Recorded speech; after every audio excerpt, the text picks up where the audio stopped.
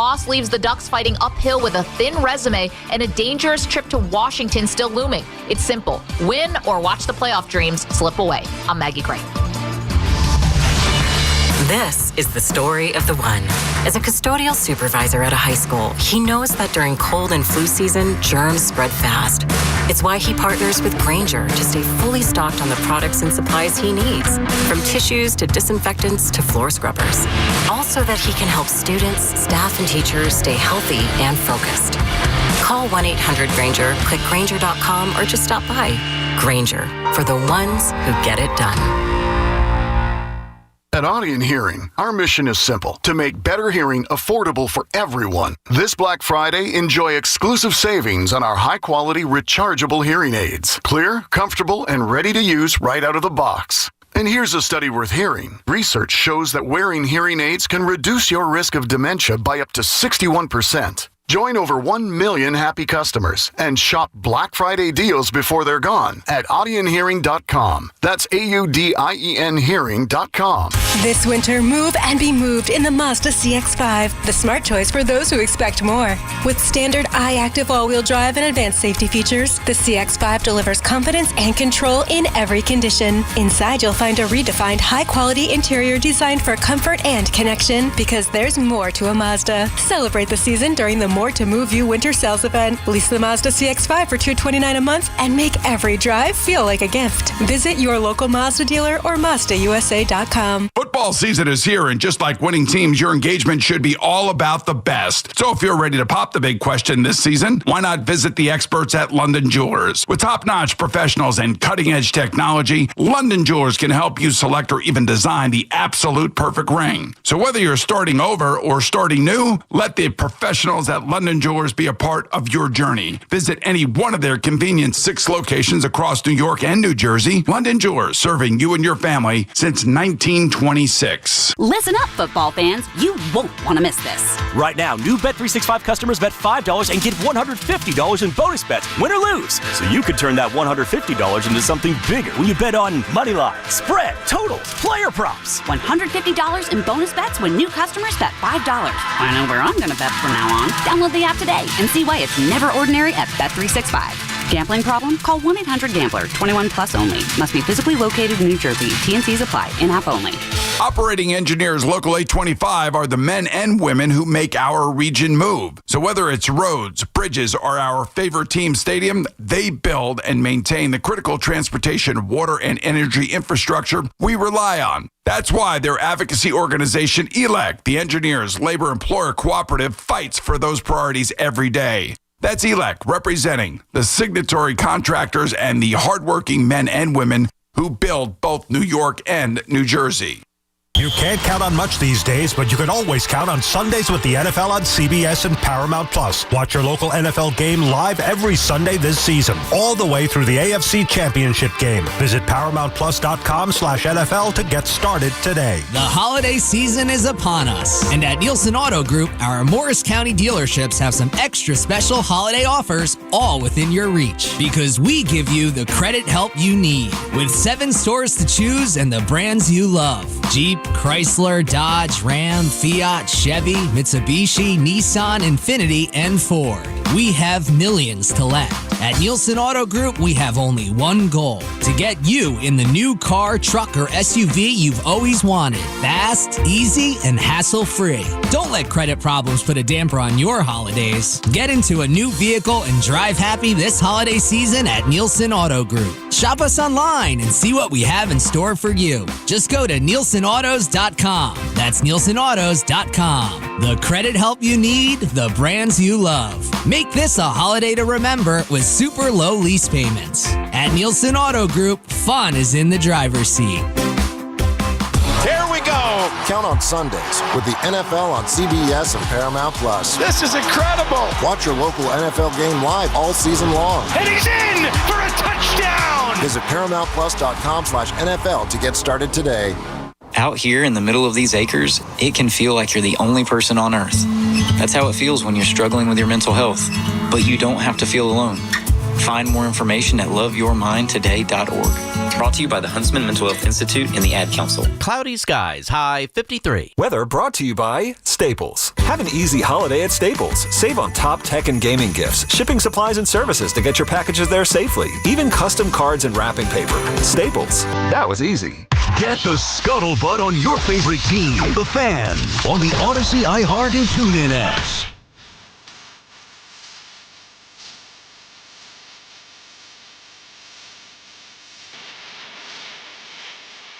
It's out back on the Fans. Also, the Corey Seager thing here. There was a report last night that Texas may be looking to move Seager. One of the teams that was not on his no-trade list was the Yankees, and let the speculation begin.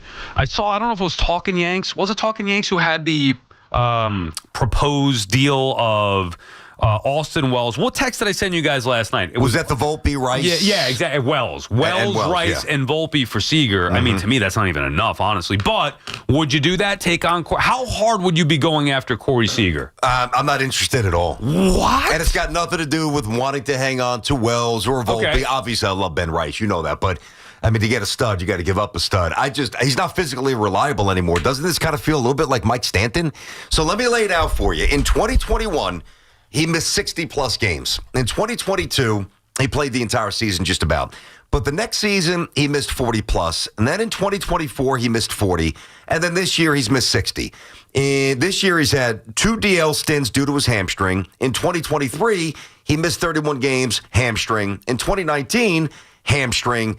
This guy's, there's no guarantee that he's playing. I know Corey Seager is a stud.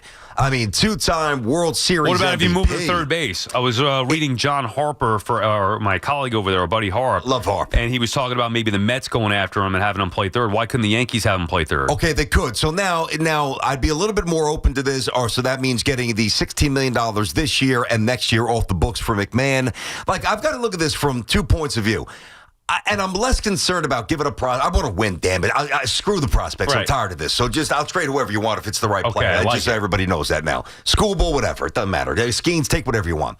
But there's a lot of money. He's making $31 million this year, 6 next years. year. Yeah, 28, 29, 30, and 31. So I look at it this way, Sal. If Corey Seager was a free agent today, and he's not, we know, based on all the games he's missed, would you give him a 6-year, $190 million contract? Would you? Because I wouldn't. Right now? Yes, I today. would not. Okay. Well, that's what it's equivalent to. I wouldn't have really done it then, but I know a lot of Yankee fans wanted him. I wanted him then. Yeah, I did not. Was he must have been hurt back then too, because for some reason I was like, I wasn't in love with the idea of Corey Seager. He's always hurt. So I look at it this way. Listen, of course, if he's healthy, he's a stud. He is an absolute beast. He really is a great baseball player. But a guy who's missed all this time with the same injury, the hamstring. I'm surprised you have no interest, though. Well, I don't. I mean, what if they pay some of it down, or at least take, like you said, take McMahon? Now it's not the full 190. Yep. It's, you're at least getting rid of, let's say, 30 in that case. That gets it down to 160. Maybe you send somebody else their way. There's a way to have that conversation. Like that, I would have that conversation with. But now, would that preclude the Yankees from getting Bellinger? And if that's the case, or Tucker, I'm not interested.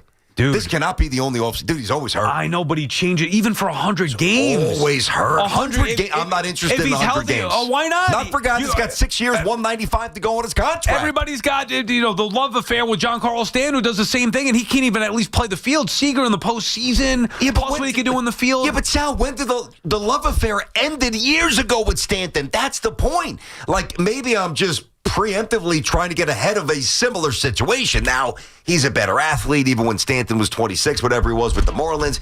He plays a more premium position. I know that. A 2-time World Series. You want him in the postseason. Wow. If he plays 100 in the regular season, if he plays 20 in the however many he is in the postseason, you're good to go. I understand that, but if the Yankees or if the Rangers were in the postseason this year, guess what? Seager wouldn't have been playing because he was hurt. So if he was on the Yankees this year, and he would not have been, he would have played. Hoff, you want Seager is from a Mets perspective? No, this is from a Yankees perspective, and I'll tell you this much: I understand his injury history is legit. Like, only playing 100 games is bad, but look at the last couple of years. He hit 30-plus home runs 3 years in a row and only played 150 games once. He led the league in doubles and played 120 games. Hoff loves these doubles. No, I like doubles. I actually like doubles. So 42 doubles and 30-plus home runs, that's 70 extra base hits. Like, you'd die for that. Yeah, I know. I get it. You get on your hands and knees for that. You know what he wanted to say there. Yeah. No, I get it. And you could potentially move him. I got to read this article during the break, but John Harper was bringing up the idea from a Mets perspective to go get him and move him to third base. If money's not... Okay, what are you concerned about if not the contract? That he's going to break down, and they're going to rely on him to be one of their stars of the team, and he's not going to be physically reliable, and they will not have enough around them to win. That's my concern. Could I throw you this little tidbit? Yeah, of course. If you make that trade, you get rid of Austin Wells, Ben Rice. What if you can move Stanton? Hold on. Okay, go ahead. Keep Stanton. Okay. Keep Stanton. Get rid of Austin Wells. Get rid of Ben Rice. Get rid of Volpe. And you make a move that's maybe unrealistic to some people, but it's the Yankees. They should be able to do it.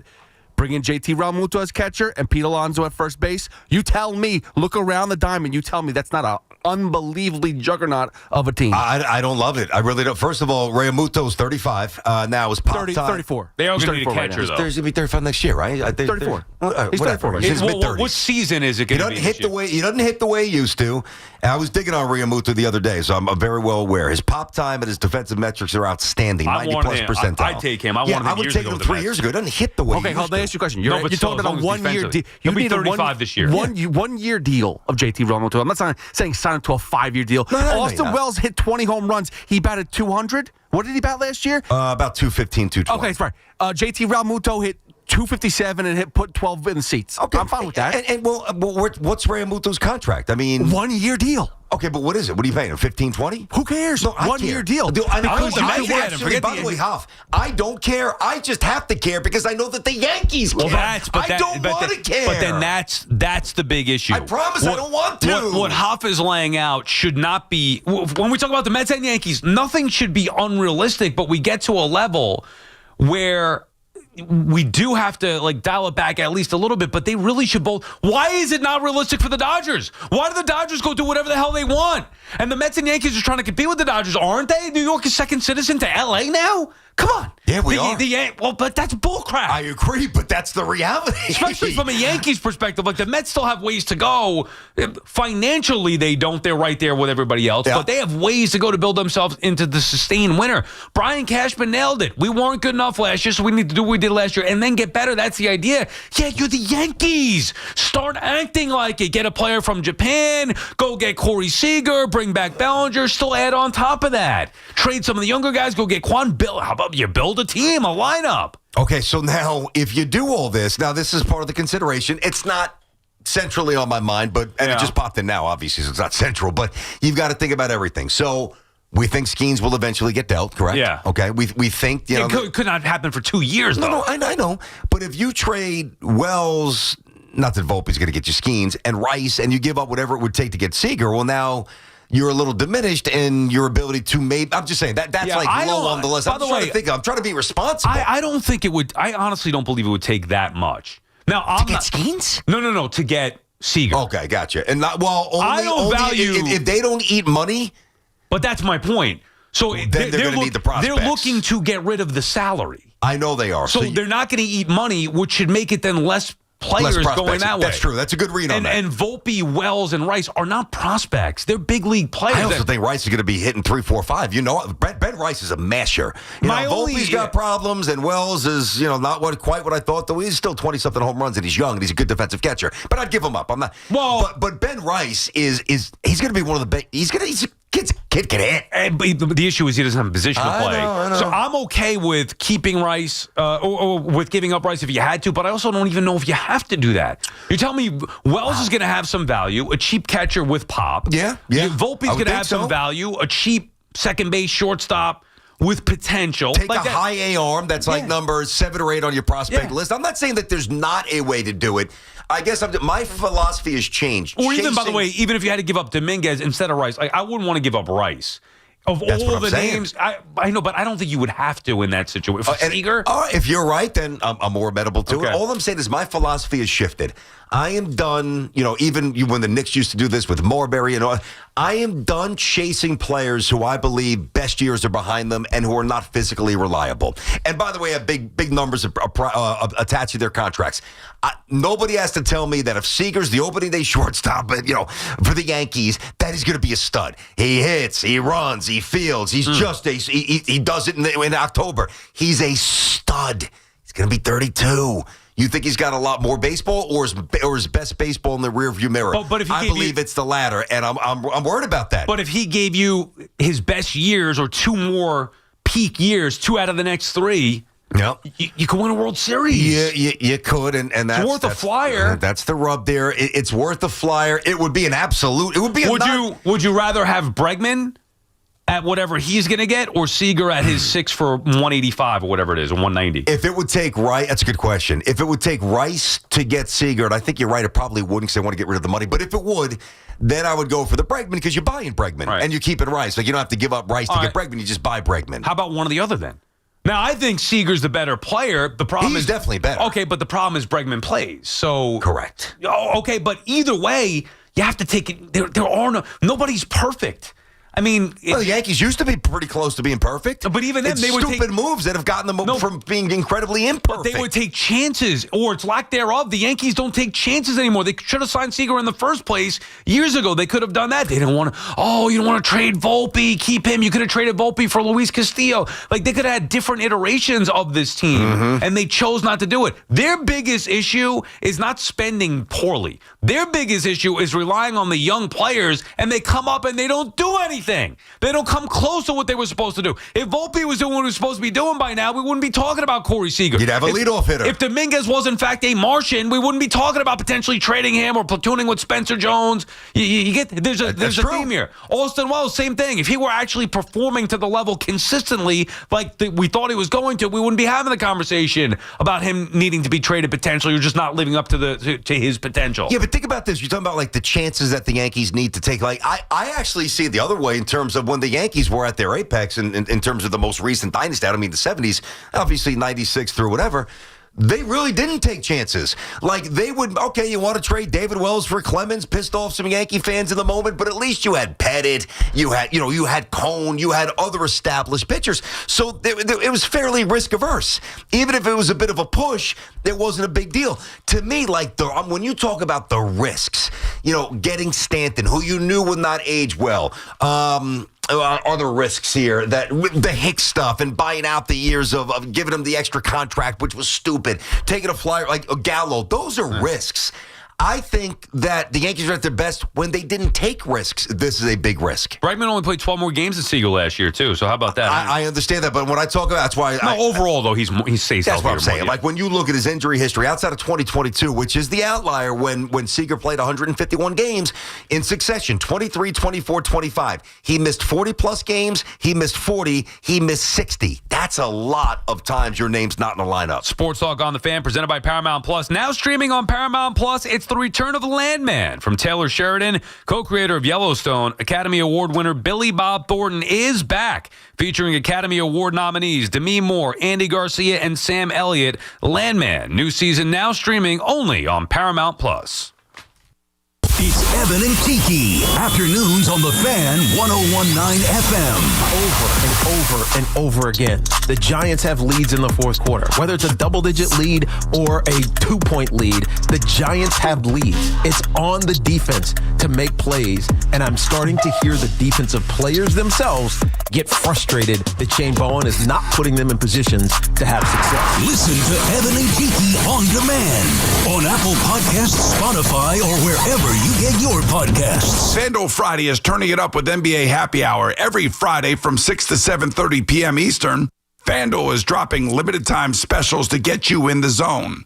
Boosts, bonuses, surprises, all designed to bring that Friday energy. This isn't just another promo. It's your weekly pregame. NBA Happy Hour every Friday, 6 to 7:30 p.m. Eastern, only on FanDuel, the official sportsbook partner of the NBA. Visit FanDuel.com/Boomer to grab your reward before the clock expires. That's FanDuel.com/Boomer. Now, we all love the app around here. It is safe and secure, and when you win, you get paid fast. FanDuel FanDuel Sportsbook is the official sportsbook of WFAN. 21 and over and physically present in New York. Opt-in required. Rewards are non-withdrawable. Restrictions apply, including bonus and token expiration, leg requirements, and max wager amounts. See terms at sportsbook.fanduel.com. For help with a gambling problem, call 877-8-HOPE-NY or text HOPE-NY 467-369. Think Verizon, the best 5G network, is expensive? Nada que ver. Bring in a bill from AT&T or T-Mobile to a Verizon store today and we'll give you a better deal. ¿Y ahora? ¿Qué vas a hacer with all those unwanted bills? Pues, how about a full-scale origami version of the Statue of Liberty?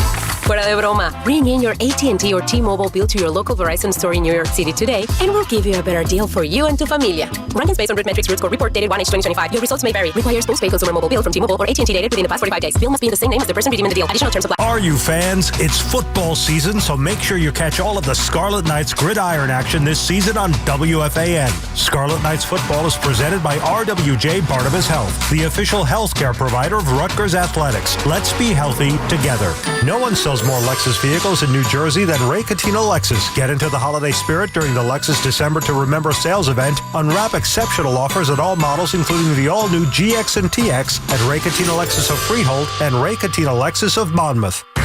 This is the story of the one. As a custodial supervisor at a high school, he knows that during cold and flu season, germs spread fast. It's why he partners with Grainger to stay fully stocked on the products and supplies he needs, from tissues to disinfectants to floor scrubbers. Also that he can help students, staff, and teachers stay healthy and focused. Call 1-800-GRAINGER, click Grainger.com, or just stop by. Grainger, for the ones who get it done. It's time for Black Friday, Dell Technologies' biggest sale of the year. Enjoy huge savings on select PCs like the Dell 16 Plus, featuring Intel Core Ultra processors. And with built-in advanced features, it's the PC that helps you do more, faster. Plus, earn Dell rewards and enjoy many other benefits, like free shipping, price match guarantee, and expert support. They also have huge deals on accessories that pair perfectly with your Dell PC and make perfect gifts for everyone on your list. Shop now at Dell.com/deals.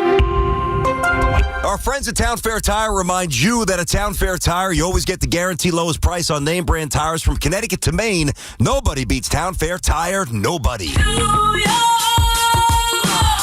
Wake up with Boomer and Geo. Mornings 6 to 10 on WFAN, WFAN FM, WFAN FM HD1, New York, and Odyssey Sports Stations.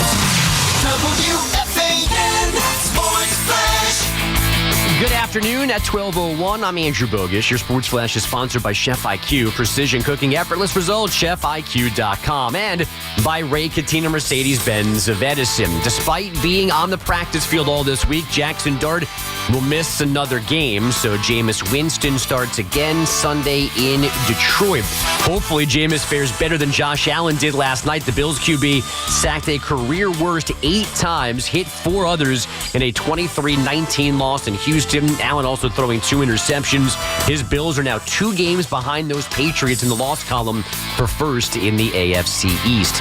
After losing to them midweek in Brooklyn, the Nets now deal with the Celtics in Boston.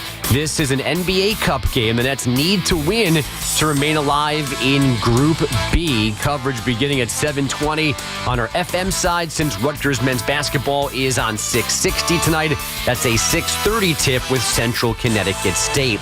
Fan weather is sponsored by the FanDuel Sportsbook of the Meadowlands Racetrack. Get all your parlays, money line, and prop wagers made on all the sports action at the Meadowlands Racetrack's FanDuel Sportsbook, the #1 sportsbook in North America. 21 plus to wager and present in New Jersey. Gambling problem, dial 1-800-GAMBLER. It is 50 degrees and overcast in Central Park, and that's what's happening. Sports Flashes, top of every hour. I'm Andrew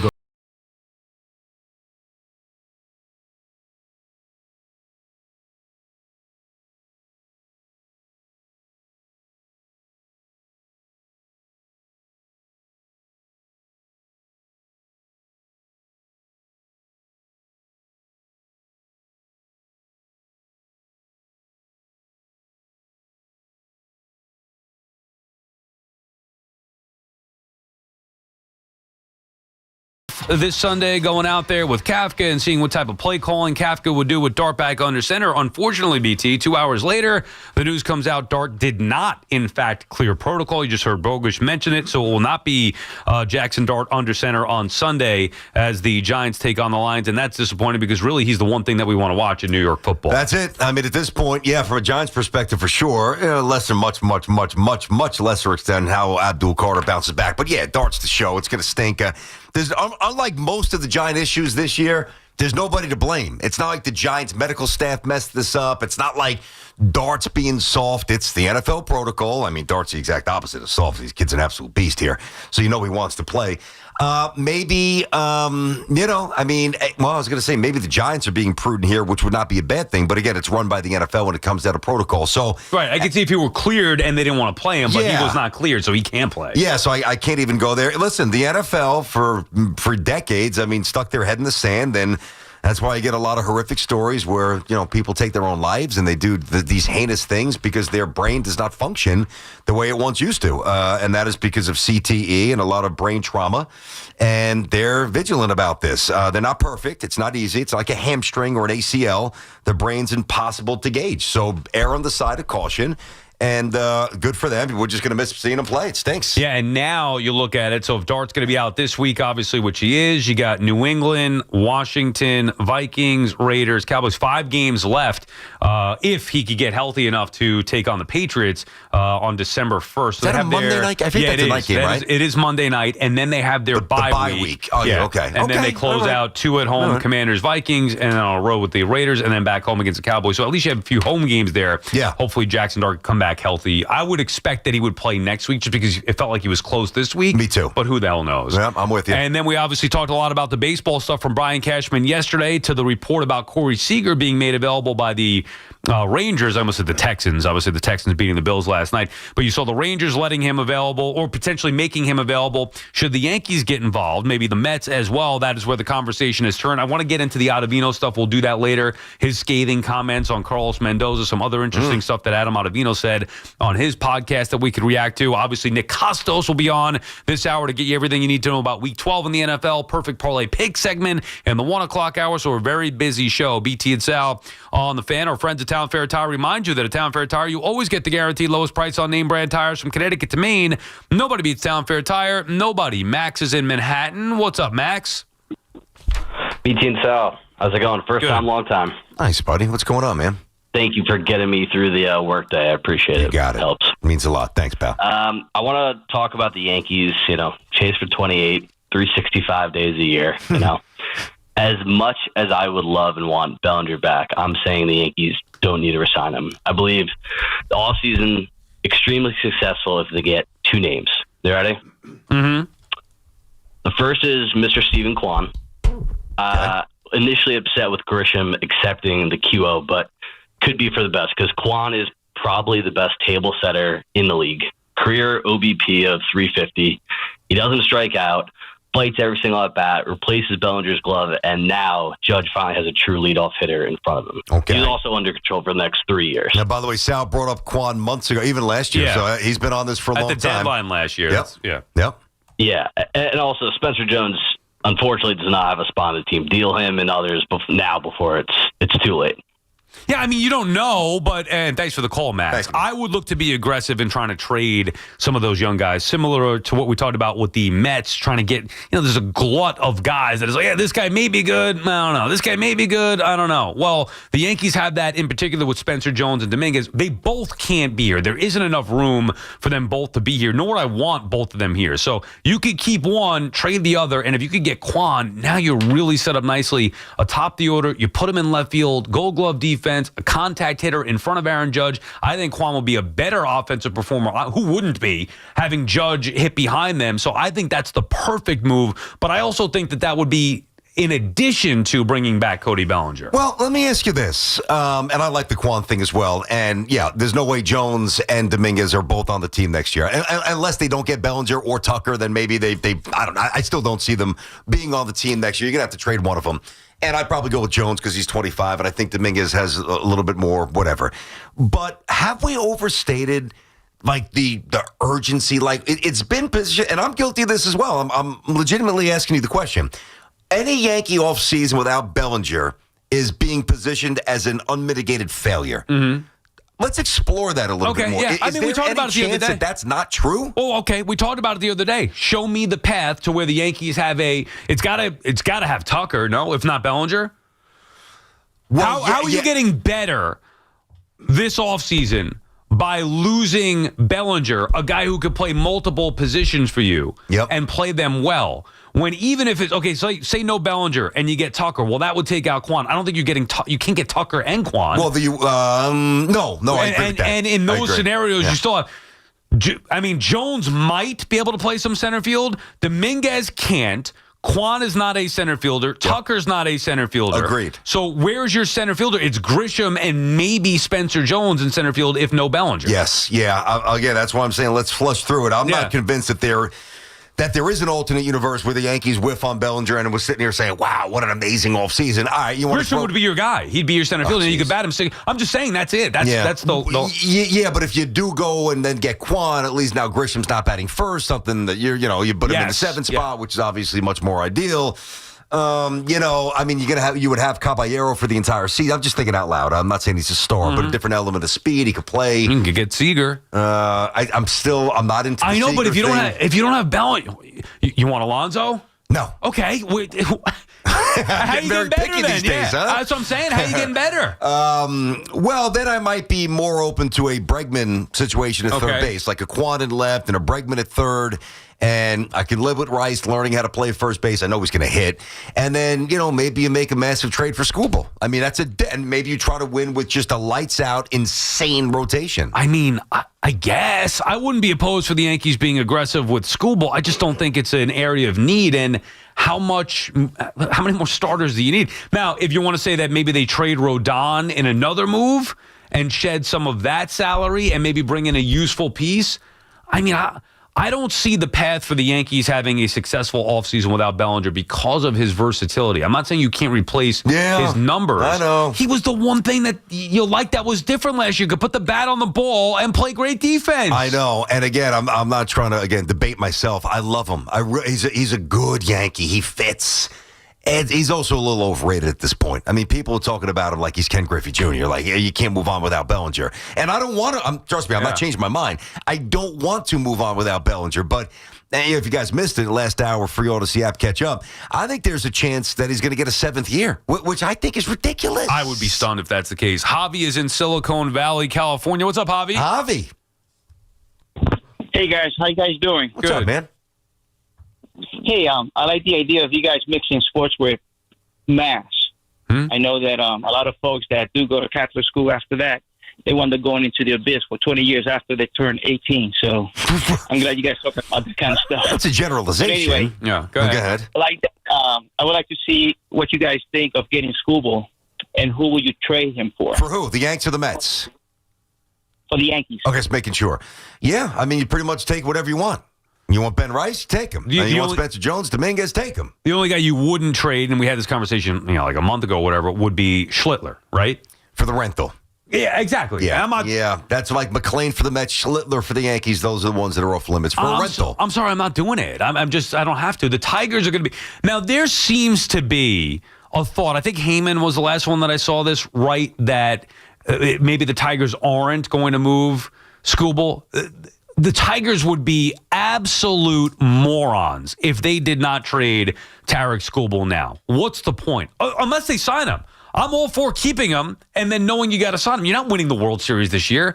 Oh, well, they were a good team. They came close. Not close enough. Wasn't good enough. And you're taking the chance with knowing that you're not going to be able to sign him, that he's going to stay healthy and be as dominant. You're also already lessening the amount of control that the team trading for him would have. So no matter what, you're losing value. The longer you hold on to him, the lower the return package becomes for already a guy who's going to cost the team $400 million and is a 1-year rental. So if they keep him, I think it's foolish for Detroit to do that. Maybe they will. Who knows? But if that's the case, and that seems to be the sentiment right now, then it will be off the table. If he is, in fact, traded, the Mets should be in a prime position to get him, even more so than the Yankees because of where their farm system currently ranks. Yes, the Mets are rated very high. Yankees are, 22, 23? We hit that yesterday. It came up. And in neither scenario would I give up McClain or Schlittler because he's a one-year rental. At that point, I just say, you know what? Enjoy Skubal. I'll just pay him $400 million when he hits free agency. We'll see in free agency with a massive checkbook. So, I mean, the only thing is, so we look at this from the Yankees' perspective, the Mets' perspective, obviously, because that's what we care about. But just from the Tigers' perspective for a minute, and I tend to agree with you, like, you've got to trade them now to maximize the value, to incentivize somebody to give up 3 or 4 of their top 10 prospects, which is what it's going to take even for a rental. It'll behoove you to do it now. I am with you. But put yourself in Skubal's shoes. Let's say he loves living there. And I don't know, but say he really likes it, right? And by the way, Michigan's a beautiful state. You know, I was there in Detroit. Now, people think about Detroit, it's dangerous, it's crime, whatever. And that's true. But some of the outlying suburbs are phenomenal. And it's a beautiful state. It really is a beautiful state, Michigan. So if he likes it, that's one thing. And his latest experiences, back-to-back Cy Youngs, by the way, back-to-back playoff teams. Yeah. So we can sit here and say, wow, they're never going to win a World Series. And the way they're built, they're not. I'm with you. But I mean, they could. Anything's possible. Yeah, I guess. But he might not feel that way. The Tigers might not feel that way. So if they go to him and they say, listen, just give us a chance. We're not going to move you. Just give us a chance this offseason. We're going to add $75 to $80 million of pay. We're not going to go nuts because we're not the Dodgers or the Yankees or the Mets. But we're going to do right by you and bring in as much as we can to convince you to stay. You don't think there's a chance he stays? No, I don't think the issue is him wanting out. I think it's them not wanting to sign him to the money that he wants. This is not Skubal banging on the door saying, get me the hell out of here. This is the Tigers saying, well, we got a great asset that we know we're not going to be able to sign. They're hundreds of millions of dollars apart. We're not going to be able to sign this guy, so why wouldn't we trade him now and maximize the return? There's 2 options. Trade him now and maximize your return. Option B, ride it out with Tarek Skubal and go try to win a World Series. That's it. Okay, so this is the problem, and this is why baseball is going to have massive issues and massive labor strife here. Labor strife. Imagine we could sit here and talk about like the Vancouver Grizzlies back in the day or the Memphis Grizzlies or these other small market NBA teams. When they get a super, like John Morant, now he might hate it there and he might eventually be gone, but they've got the resources to resign him. You know what I mean? Same with Zion in New Orleans. Like no other sport is forced to basically reconcile from within, we can't afford this guy. I don't care if you're the Carolina Panthers or the Jaguars or some other small market NFL team, even though they share the money, you have a player that you want. You at least have the ability to offer him the money. It doesn't even seem like the Tigers or the Pirates, or certainly the Pirates, even the Twins, the Marlins, they can't even present the front that they have a chance to sign the guy. Yeah. That's a problem. And you could also say maybe they won't want to for $400 million because that's a big risk as well. And a team like that, if you miss on that. You're done. You're done for a decade, The Mets basically. and Yankees could exactly. Mets and Yankees could overcome it. Ray is in Waterbury, Connecticut. What's up, Ray? Hi, guys. Let me say this before I make my Met point. When you guys talk Mets and Yankee baseball, there isn't a station on the air that can match it. You guys are great with that. We love listening to it. Appreciate Thanks, man. Thank you very much, Ray. It's awesome. We love doing it. Now with the Mets and Yankees, I want them both, and I think they will. I want a big off season. Time to unseat the Dodgers, and with the work stoppage probably next year, let's go for it. Both teams. No nonsense. Get what you need, and that's it. I think they'll do that. Okay, now hold on. Before you hang up, it says that you don't want Seager for the Mets. So I'm not saying that you're contradicting yourself, but if you want them to go for home runs, I mean, Seager, when he's healthy, is a stud, and you're saying no. Him, I say no because he's injury prone. Okay. He gets hurt too much. You know what I mean? Well, we got Beatty over there. So who do you want, Ray? Oh, no. Ray. Wait, what did he say? I didn't hear that part. We got Beatty over there, and thanks for the call, Ray. Is that where you hang up on him? Beatty? Come on. That's the end of the road for Sal. Ray's talking about going big, catching up with the Dodgers, and he's talking about, we got Beatty over there, we'll be fine. I like Beatty, though. Yeah. I think he's going to hit, man. Me too. I like him. I'm not opposed to Beatty. Look, you could make a case for some of the lesser players to stay in field positions, whether it's the Mets or Yankees. It would then be about, okay, well, what's around him?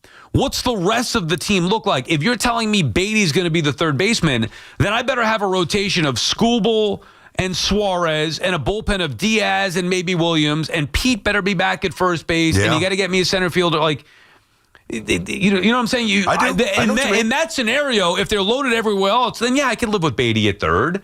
Maybe a little second, maybe a little Mauricio at third. I'm fine with that. I can't have that in multiple positions. I can't have no center fielder, catching a major question mark, second base subpar, substandard, third base subpar, substandard, pitching. No DH, 3 or 5, number 5 starters in your rotation. Left field's a little shaky with the defense. Yeah, okay, then I can't live with that. But if you tell me everywhere else is buttoned up, I can live with Beatty. Yeah. You know what's interesting? We'll never know the answer because it did. But if Grisham would have declined the qualifying offer, you think the Mets would have made a little run? Yes. I mean, within reason. Remember the report last year, Martino had it, that the Mets inquired, the Yankees and Mets were trying to, I think it was more the Mets, but I'm not sure. But there was a talk around a Grisham for Beatty swap. Well, then, okay. And it was before the Yankees traded for McMahon, obviously. Yep. I remember. By the way, you'd be in a better spot now. I know he's not the defender that McMahon is. Beatty's a better player than McMahon, and he's cheaper. He costs you nothing. Yeah, he's making peanuts. Yeah, I mean, I probably agree. I mean, I like Beatty. You don't have to say I'm a Beatty guy. So, and you wouldn't have Grisham's $22 million. You would be on the hook for that. Argument. Well, I'm just saying. Trust me, I couldn't stand that he signed it. You know that. The point being, how does Grisham, his reps, not get the intel? I think I'm probably with you. Now, it wouldn't have been incredibly exorbitant. Maybe it's 3 years or whatever, maybe 3 + 1.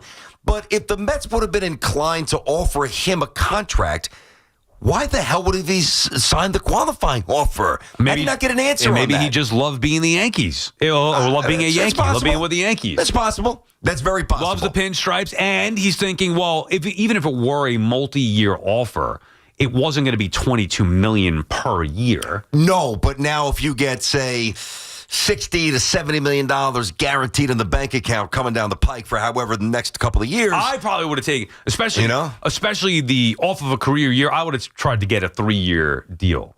That's what I'm saying. But maybe he's thinking, all right, I'll take $22 million now. I'll never make this per year again.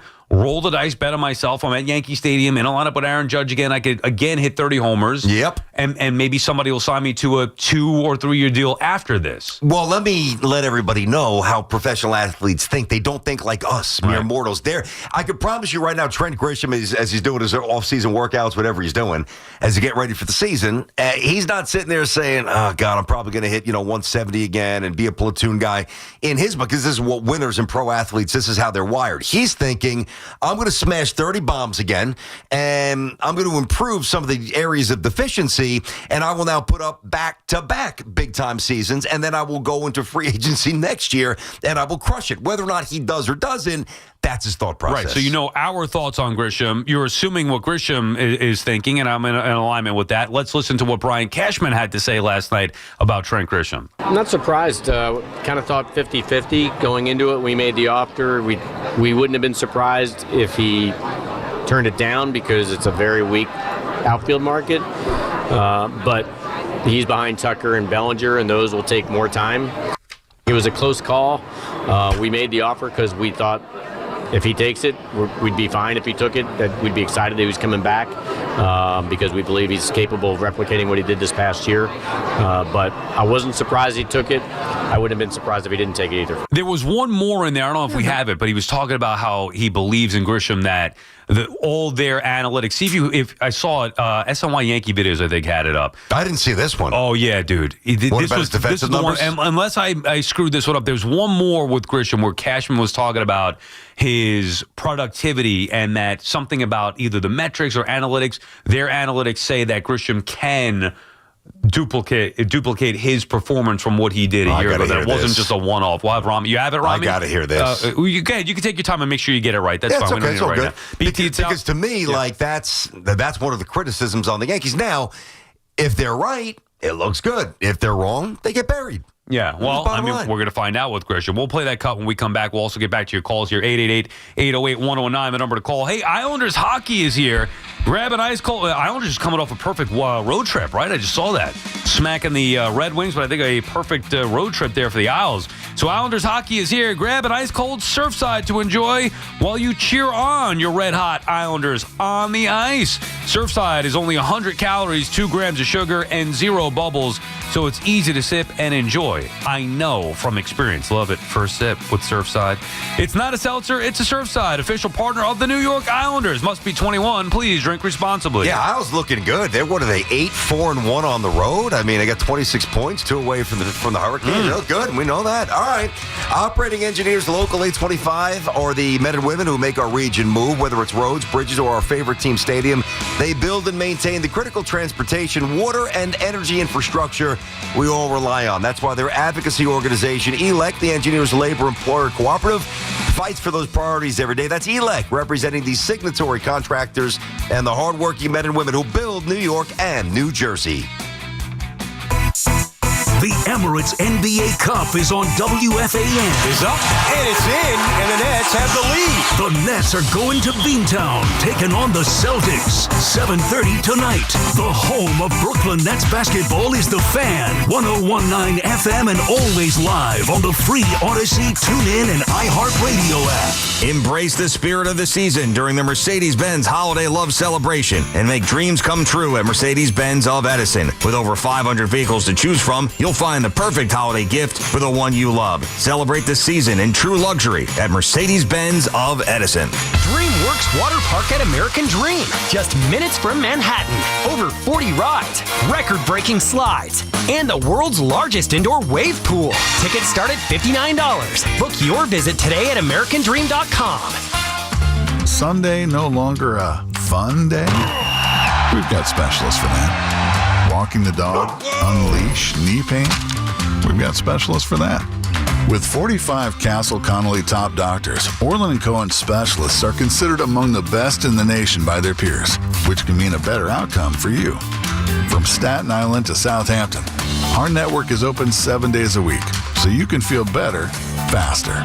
Visit OrlandCohen.com. The holiday season is upon us, and at Nielsen Auto Group, our Morris County dealerships have some extra special holiday offers all within your reach, because we give you the credit help you need. With 7 stores to choose and the brands you love: Jeep, Chrysler, Dodge, Ram, Fiat, Chevy, Mitsubishi, Nissan, Infiniti, and Ford. We have millions to lend. At Nielsen Auto Group, we have only one goal: to get you in the new car, truck, or SUV you've always wanted. Fast, easy, and hassle-free. Don't let credit problems put a damper on your holidays. Get into a new vehicle and drive happy this holiday season at Nielsen Auto Group. Shop us online and see what we have in store for you. Just go to NielsenAutos.com. That's NielsenAutos.com. The credit help you need, the brands you love. Make this a holiday to remember with super low lease payments. At Nielsen Auto Group, fun is in the driver's seat. FanDuel Fridays, turning it up with an NBA happy hour for you every Friday from 6 to 7:30 p.m. Eastern. FanDuel's dropping limited time specials to get you in the zone. Boost, bonuses, surprises, all designed to bring that Friday energy. This isn't just another promo, it's your weekly pregame.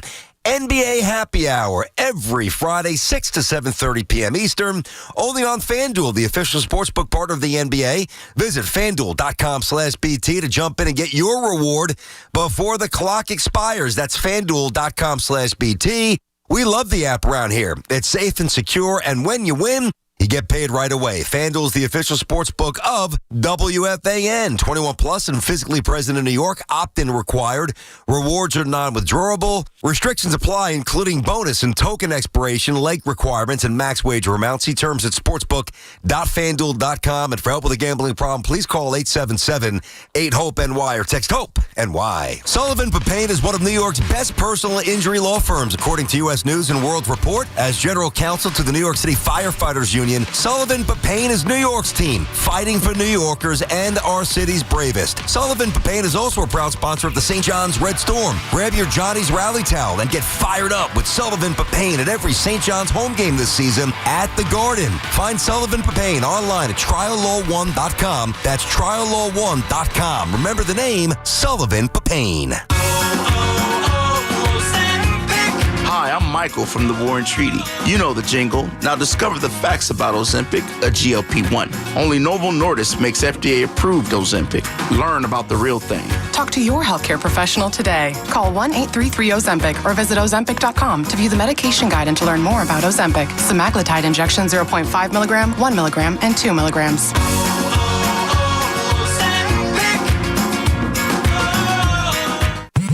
Straight Talk knows the best holiday gift is simply saying yes. Yes, you can stay up late. Sure, more cookies. Of course we can watch that movie again. That's why we give you real unlimited data, so you can say yes to all of your family's streaming, scrolling, and sharing. And now at Straight Talk, get another gift worth giving, a free 5G phone with select plans. Because yes is the best gift to give. Yes! And receive. Available at straighttalk.com and Walmart. For network management practices, visit straighttalk.com. Hey, bro, weirdest thing is happening at the game. This guy sitting next to me says, "You're our good luck charm. Every time I crack a Bud Light, we score a touchdown. Now his entire family wants to buy me Bud Lights. I think I'm some kind of a football prophet. Talk soon. The team needs me."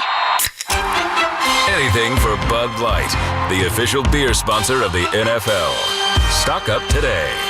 Enjoy responsibly. Copyright 2025 Anheuser-Busch Bud Light Beer, St. Louis, Missouri. Hey there, homeowners. The Powerball jackpot is up to $629 million. That's enough money to finally put that pool in your backyard. Olympic-sized. Get your ticket today. Talk New York sports here. The Fan.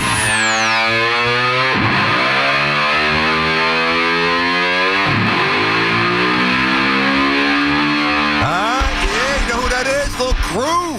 Little Motley Crew. Let's get you in the house. Coming up during the summer over at PNC Bank Art Center. Caller number 10, Motley Crew. You get to see him courtesy of us. 866-540-WFAN. That's 866-540-9326. That is your chance to win a pair of tickets to see Motley Crew at the aforementioned PNC Bank Art Center on July 31, courtesy of Live Nation. Our buddies there. Tickets on sale now at Ticketmaster.com. And listen, Sal, you know by now, of course, I love Motley Crue, but this is shaping up to be an insane checklist kind of a summer for me because, you know, all the bands that I love, and I'm not going to list them, but I've seen all the ones that I love, and it's been a fair amount. I have never seen Motley Crue, nor have I seen AC/DC, and AC/DC to MetLife. I think it's...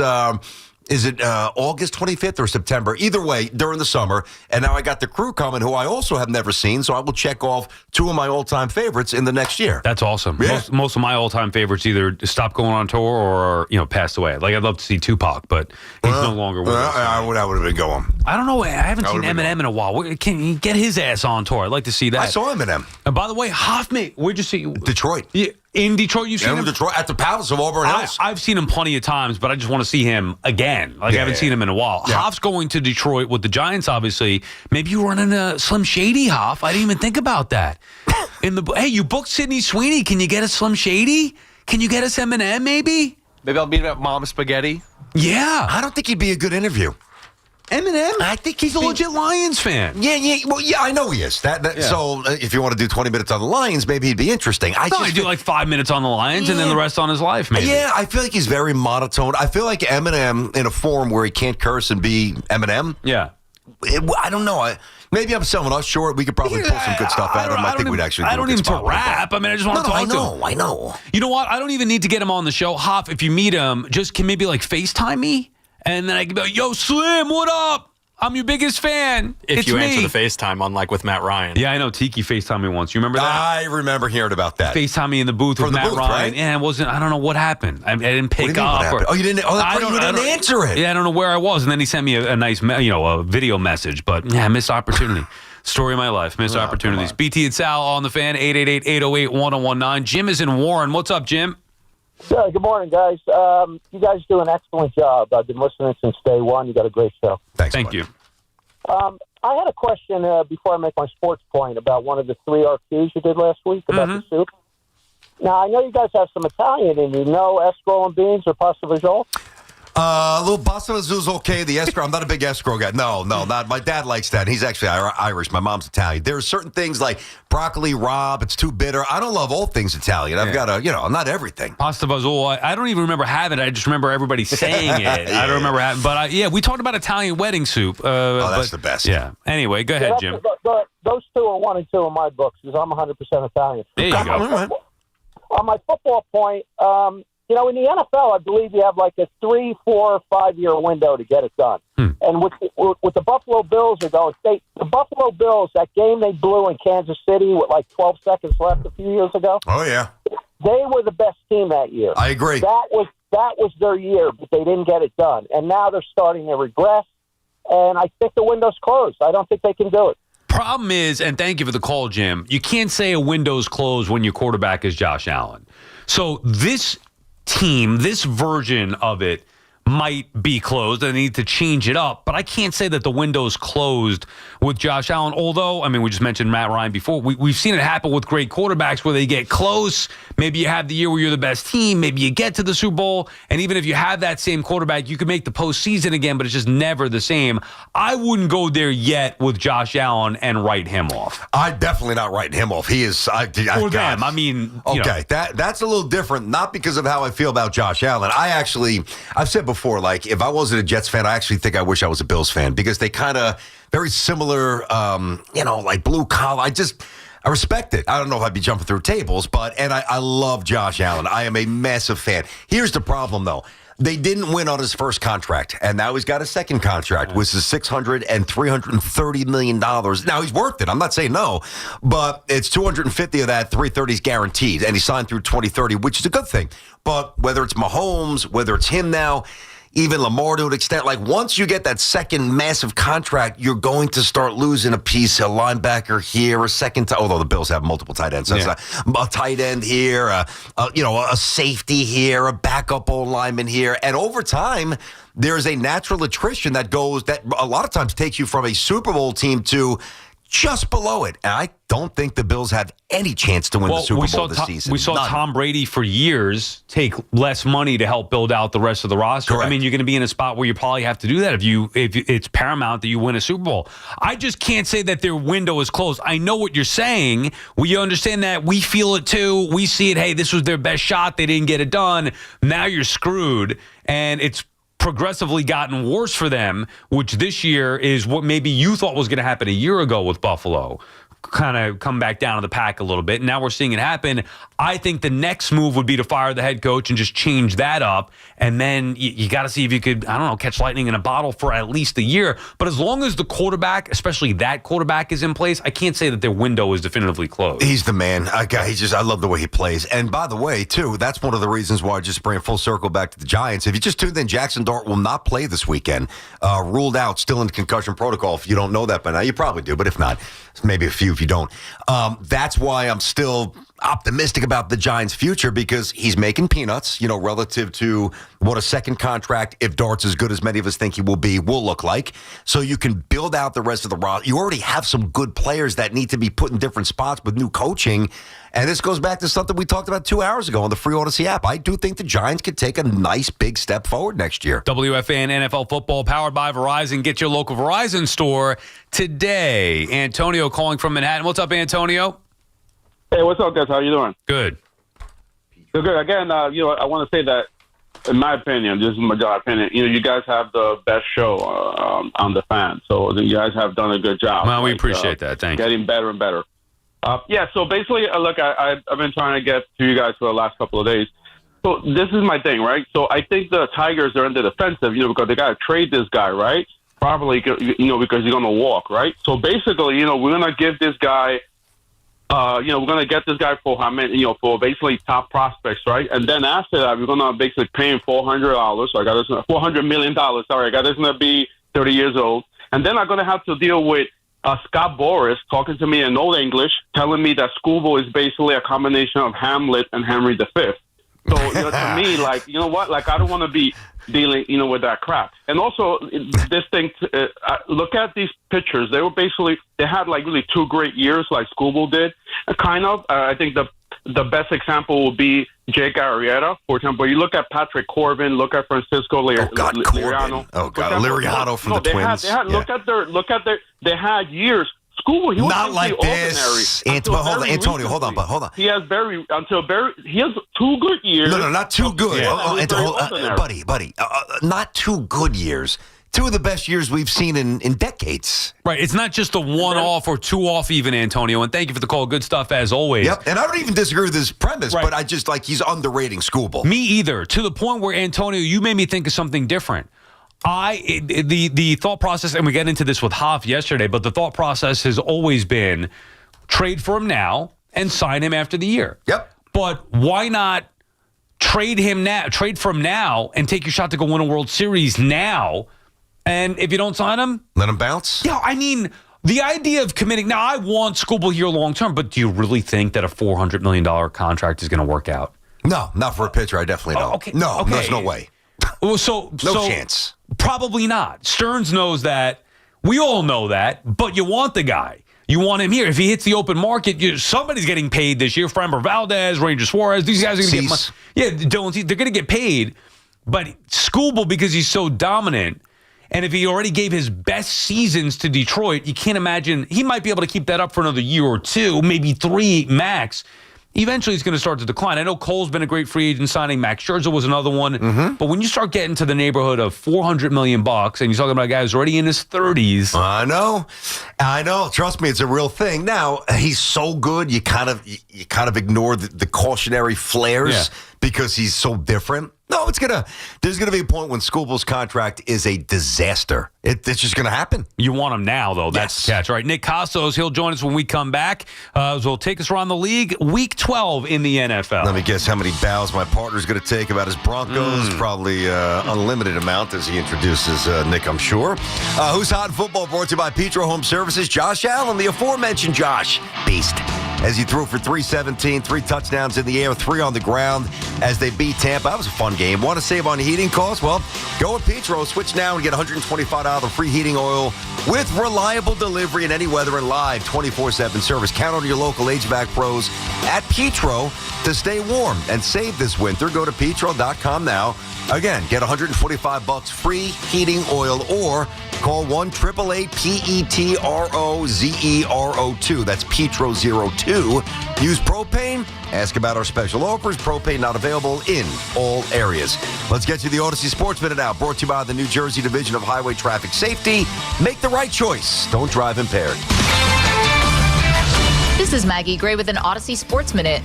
Joe Burrow just logged his second full practice and looks like vintage Burrow again. Teammates say he's, quote, outstanding. But at 3-7, the Bengals' playoff chances are barely alive. And that's exactly why rushing him back isn't worth it. The risk to their franchise quarterback outweighs any slim reward. Burrow may be ready, but the Bengals shouldn't roll these dice. I'm Maggie Gray.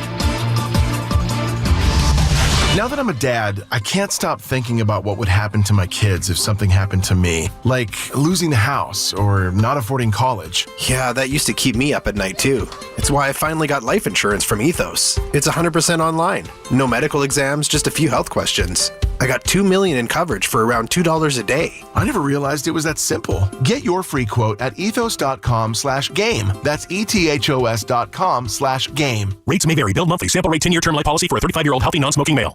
At Audion Hearing, our mission is simple: to make better hearing affordable for everyone. This Black Friday, enjoy exclusive savings on our high-quality rechargeable hearing aids. Clear, comfortable, and ready to use right out of the box. And here's a study worth hearing. Research shows that wearing hearing aids can reduce your risk of dementia by up to 61%. Join over 1 million happy customers and shop Black Friday deals before they're gone at audionhearing.com. That's AUDIEN hearing.com.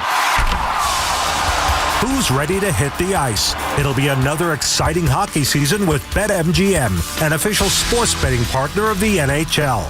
From same-game parlays to live bets, you can call your shot during any play. Rooting for your favorite players? You'll find all sorts of markets for betting on any star's performance on any given night. Don't miss any of the action on the ice by getting all your picks in with BetMGM. Ready to shoot your shot? Download the app today and make your bets. BetMGM, make it legendary. BetMGM and GameSense remind you to play responsibly. See BetMGM.com for terms. 21 years of age or older to wager and physically present in New York only. Subject to eligibility requirements, rewards may vary and expire in 7 days.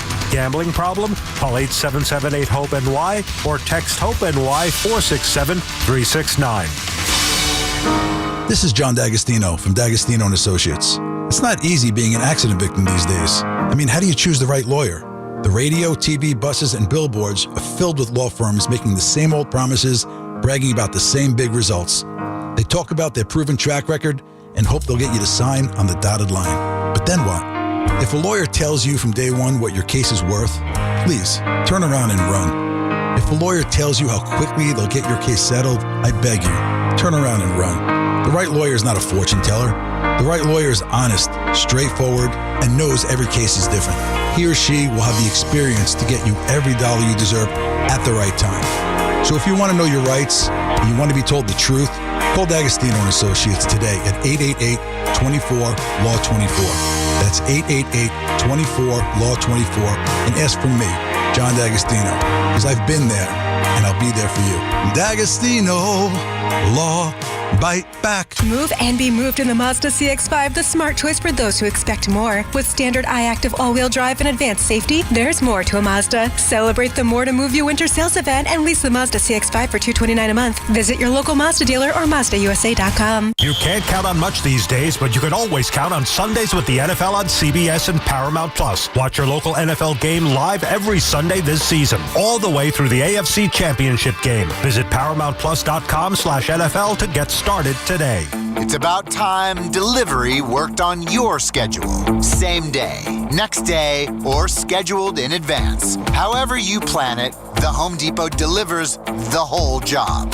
From drywall to doors, plumbing to paint, we'll get it there when you need it. Because on the job site, timing is everything. You order, we deliver. It's that easy. The Home Depot Pro. It's about time. Every morning, we rise and shine, make breakfast, and brush away the night's rest. These routines help us start the day off right. Nature-Made vitamins are a simple step in that daily care regimen. Multivitamins with daily essentials, clinically studied probiotics for gut health support, magnesium to help relax the body. Nature-Made is made to care for you every day. These statements have not been evaluated by the Food and Drug Administration. These products are not intended to diagnose, treat, cure, or prevent any disease. Get connected with WFAN to talk about your favorite teams. The Fan on the Odyssey, iHeart, and TuneIn apps.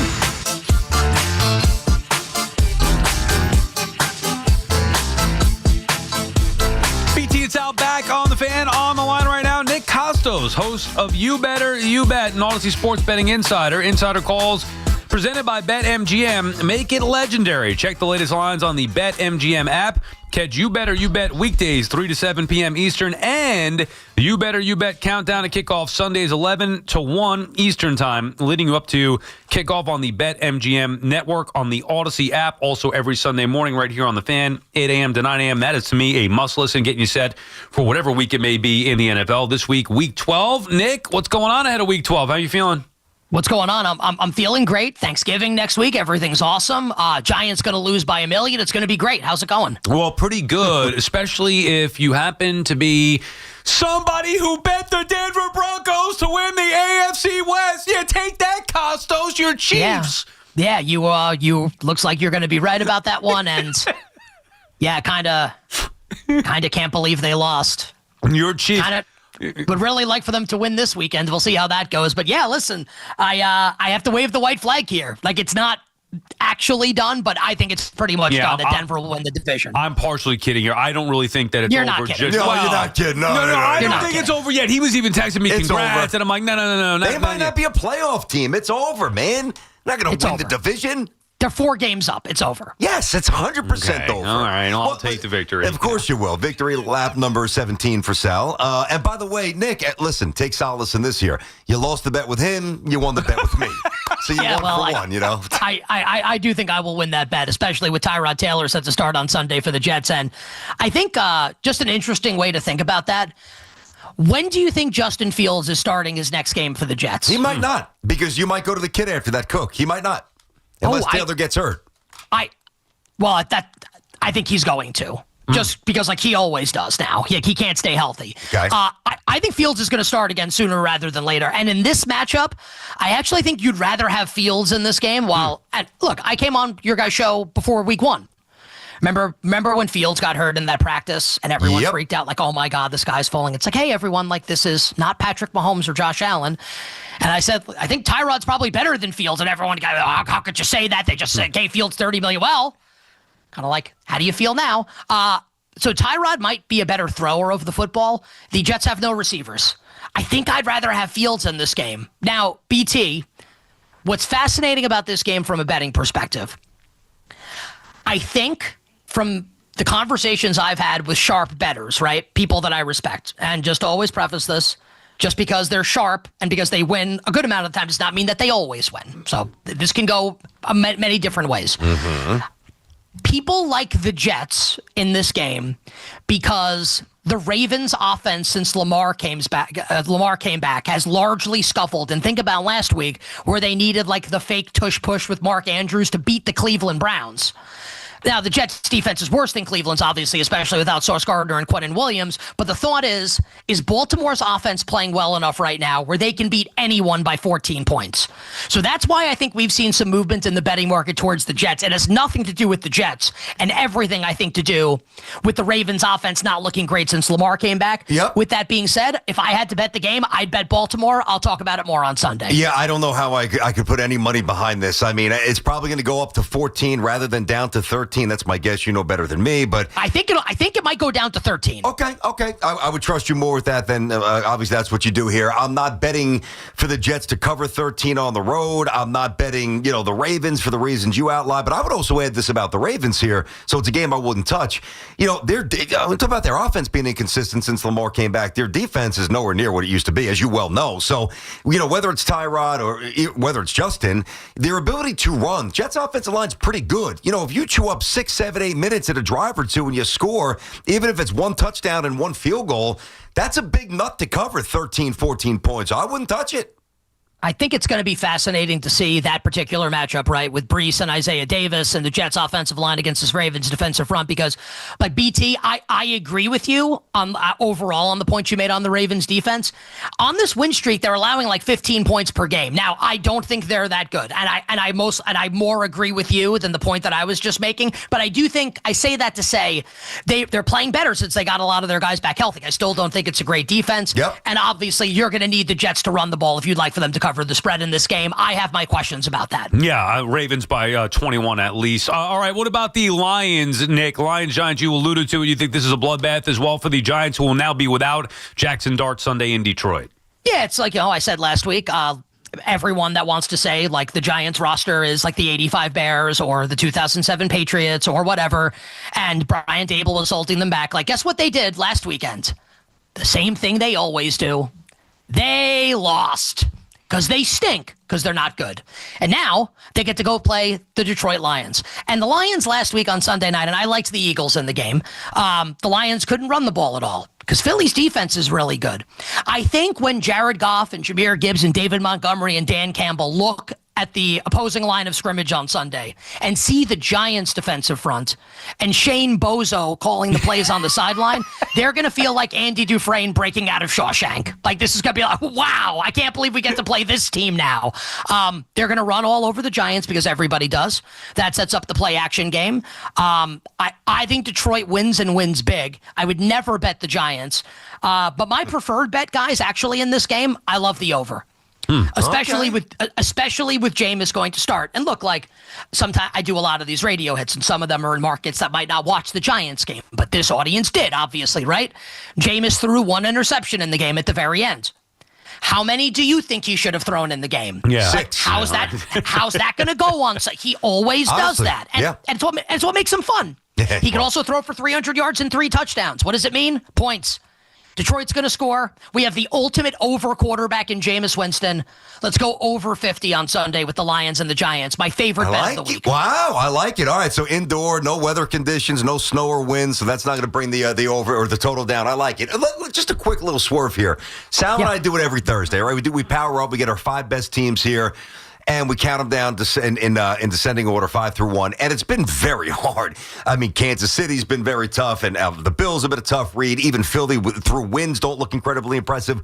If I say to you, all right, Nick, right now, the 3 best teams in the NFL, in your estimate, who are they for you? Eagles. Yep. Rams. Me too. And then it's just, is it a third team from the NFC, or is there an AFC team that even makes it? You know what? I'm asking you. Okay. I will, I actually think, this used to be a very plentiful island. Moron Island. I think it's now population 1, and it's just me. I'll still say the Kansas City Chiefs. Oh, come on, man. Stop, man. Listen. Sound desperate now. Well, what are the odds, Nick, what are the odds on the Chiefs making the playoffs? BT, I assure you I'm not. But thank you for saying that. What are the odds on the Chiefs making the playoffs? Because I'm with you. BT doesn't think they're making it. I still think they're getting in. I think they beat the Colts here. I'd like to get your read on the Colts game with the Chiefs Sunday and Chiefs odds to just make the postseason at this point. All right, so I'll get the postseason odds here. Kansas City to make the playoffs, yes, minus 200. So still favored to make it. Okay. And in the Super Bowl market, the Rams and the Eagles are the co-favorite. The third choice by themselves, the 5-5 Kansas City. That's unbelievable. I'm taking the Broncos. Broncos-Niners, my Super Bowl pick right now. If I had to bet, I'd probably get some good odds on that. But Sal, listen, you were, and maybe you'll be right about this too. You were right about that. This is not, the conversation is not who wins more regular season games. If the conversation is who can win the Super Bowl, the Broncos can't. Right, I'm sorry, Nick. If they assume the Chiefs get in and the odds are saying they're going to get in, then they're going to be as dangerous as anybody else. So I'll say, and I'm curious if you guys agree with this. And BT, this is kind of an offshoot of the question you asked me, and it's a great question for the listeners and viewers also. We're all big football fans, right? Yep. I kind of feel right now, and things can change, right? It's the ultimate week-to-week league, that the only AFC team that can win this, can win the Super Bowl is the Chiefs. So what I mean by that is, if Buffalo wins the AFC and has to play like the Eagles or the Rams, I'm taking Philly or LA. Yep, smacked. Like if Baltimore, I'm taking Philly or the Rams. Yep. If it's the Patriots, if it's the Broncos, if it's the Colts, I think the NFC is way better than the AFC at the top. Yeah. Now, if you tell me the Chiefs go on a massive run here and get white hot and they make the Super Bowl, then I'm probably going to like Kansas City in that game. But I think the only team in the AFC that can actually win right now is Kansas City. Okay. I think the NFC is more likely to produce a Super Bowl champion. I totally agree, but it's not as cut and dried maybe as you make it out to be, because here we go. Who do you like in the AFC? Well, no. I'm talking about meaning that the NFC is so much better, which, by the way, I'm with you. I know it's better, but it's not like you got, Montana and Walsh or Steve Young or Lawrence Taylor or a vintage Eagles team. Like, even the top teams are vulnerable. So I agree. The NFC dwarfs the AFC, but is it... Maybe dwarf's the wrong word. Maybe it's better, but it's not incredibly better, I guess is what I'm saying. I think and I love the references that you made there, when the NFC won 1 million Super Bowls in a row, right? Yeah, when I was it's growing not Ditka's 46, Buddy Ryan's 4-6 Bears defense. Yeah, and you had Montana, and you had the Redskins at the time winning 3 Super Bowls and whatever in 10 years. And I know you guys know this, pre-salary cap, less parity. So now you'll have situations now where it's way more parity. And look, we saw this in the AFC for many years when it was Tom Brady and Peyton Manning every year at the top. And they didn't win the Super Bowl every year, but you felt like they were always the best teams. So, the Eagles are tremendously flawed, right? They keep winning games, yet they can't stop bitching and moaning about the fact that they don't throw the ball down the field. It's insane to me. They all need to grow up. The Lions have flaws. Matthew Stafford's one hit away from, his career ending, and I don't say that to make a joke. Yeah. I think it's true. And also, here's something with the Rams. The Rams won last week against Seattle. I laid Rams minus 2.5 on Monday, last Monday. If you had told me before the game Sam Darnold's going to throw 4 picks, I would have ran over women and children like George Costanza to bet more money on the Rams. They didn't cover. They almost lost. Yeah. So I actually walk away from that game, guys, feeling better about the Seahawks, which I don't know if you can because Darnold will probably just keep doing that in big games. But like you're right, BT. You can poke holes in all these teams in the NFC, but I think the holes you can poke in the NFC teams are not as cavernous or as gaping as the ones you could poke in the AFC. I would agree. I'm talking to Nick Costas, by the way, BT and Sal on the Fan. So I think we all agree that there are massive issues in Buffalo. Sal and I were talking about McDermott before. The Giants very well might be needing a new coach, and this probably could be the end of the road for McDermott with the Bills if they don't quickly change things, which I'm not so sure that they will. If McDermott's free, I know you have to interview him. Would you be enthused? Would you be tepidly enthused? Like, would you want McDermott for the Giants? I don't think you love him, but would you? I think he's a really good coach that has, and I would say the same thing about John Harbaugh. And I've said this with you guys on the show. I've said this for years, and people killed me for it at the time. I think everyone now kind of thinks that I'm right. And look, it can change this January and February, and I can be wrong. But in the history of the league, and we're talking, no, not the largest sample size, 60 Super Bowls, right? This is Super Bowl 60. We have never seen a coach-quarterback pairing be together for as long as Josh Allen, Sean McDermott, and same year, by the way, Lamar Jackson, John Harbaugh, like win a Super. They haven't even gotten to one. History's against it happening. So I think McDermott's a good coach. I think John Harbaugh's a good coach. I feel like they are past their expiration date with their current teams. Would I be interested in the Giants interviewing Sean McDermott? Like, absolutely. Like that's a destitute program. That, and obviously, like, he has the quarterback. But remember, like, he went to the playoffs with Tyrod Taylor before they got Josh Allen. Yes, he did. So I think he kind of like showed that he's a pretty good coach. So I'd be open to that. Can I please? I have another name I'd like to bring up for the Giants that I have not brought up previously. May I? Yeah. Okay. So last year, a coach, an offensive coach in the NFL, started to get some notoriety, and he upgraded his position this past offseason. I don't know how many people have heard of this coach. Maybe you heard his name mentioned on Monday Night Football. Clayton Adams, with a K, was the Arizona Cardinals run game coordinator the last couple of years. He's Dallas's offensive coordinator now. So he works with Brian Schottenheimer on the offense. Very highly regarded from the people I talk to. And like some of this, candidly, is like I listen to a lot of podcasts. I read a lot, people I respect. I think the Giants should interview Clayton Adams, who's the Cowboys offensive coordinator, to be their next head coach when it comes down to it. Interesting. Yeah, the problem is you're going to go down that road again with I know you like Brian Flores as well, so you're saying that they should interview him, fine. You're going to go down that road again with another inexperienced first-time head coach? Well, I don't want to paint with a brush that, like, just because they did it doesn't mean it can't work this time. Like, if you feel like you have the right guy, I feel like that's how, just like decision-making in general gets into trouble, where it's like, well, we had a veteran coach last time, so now we have to hire someone new. Like, no, you don't. You can hire a really good veteran coach. Hire the right person regardless. Right, and it's hard for us to say because we're not interviewing. I talk about that all the time with BT. We're not interviewing these guys. Get me in a room with Flores and this guy that you mentioned or whoever else, and I'll determine which one I want. Unfortunately for the Giants, the people who have been making those decisions have not gotten them right over the years. That's the issue. Yeah, and it's like, I think Mike McCarthy is getting bandied about, and I'll say this about McCarthy. Like, I think I'd be pretty crushed if they hired him. But they'd win regular season games. They just would never win a championship. And so, like, would you, as a Giants fan, would you trade that? Would you like to be respectable but not win? Yes. Or, like, I wouldn't. I'd rather roll the dice and be bad potentially and maybe win a Super Bowl. But I want to tell you why. My answer is yes, because at least if you get to the threshold that I think we all believe, and I like McCarthy more than both of you guys, so I admit I'm more pro.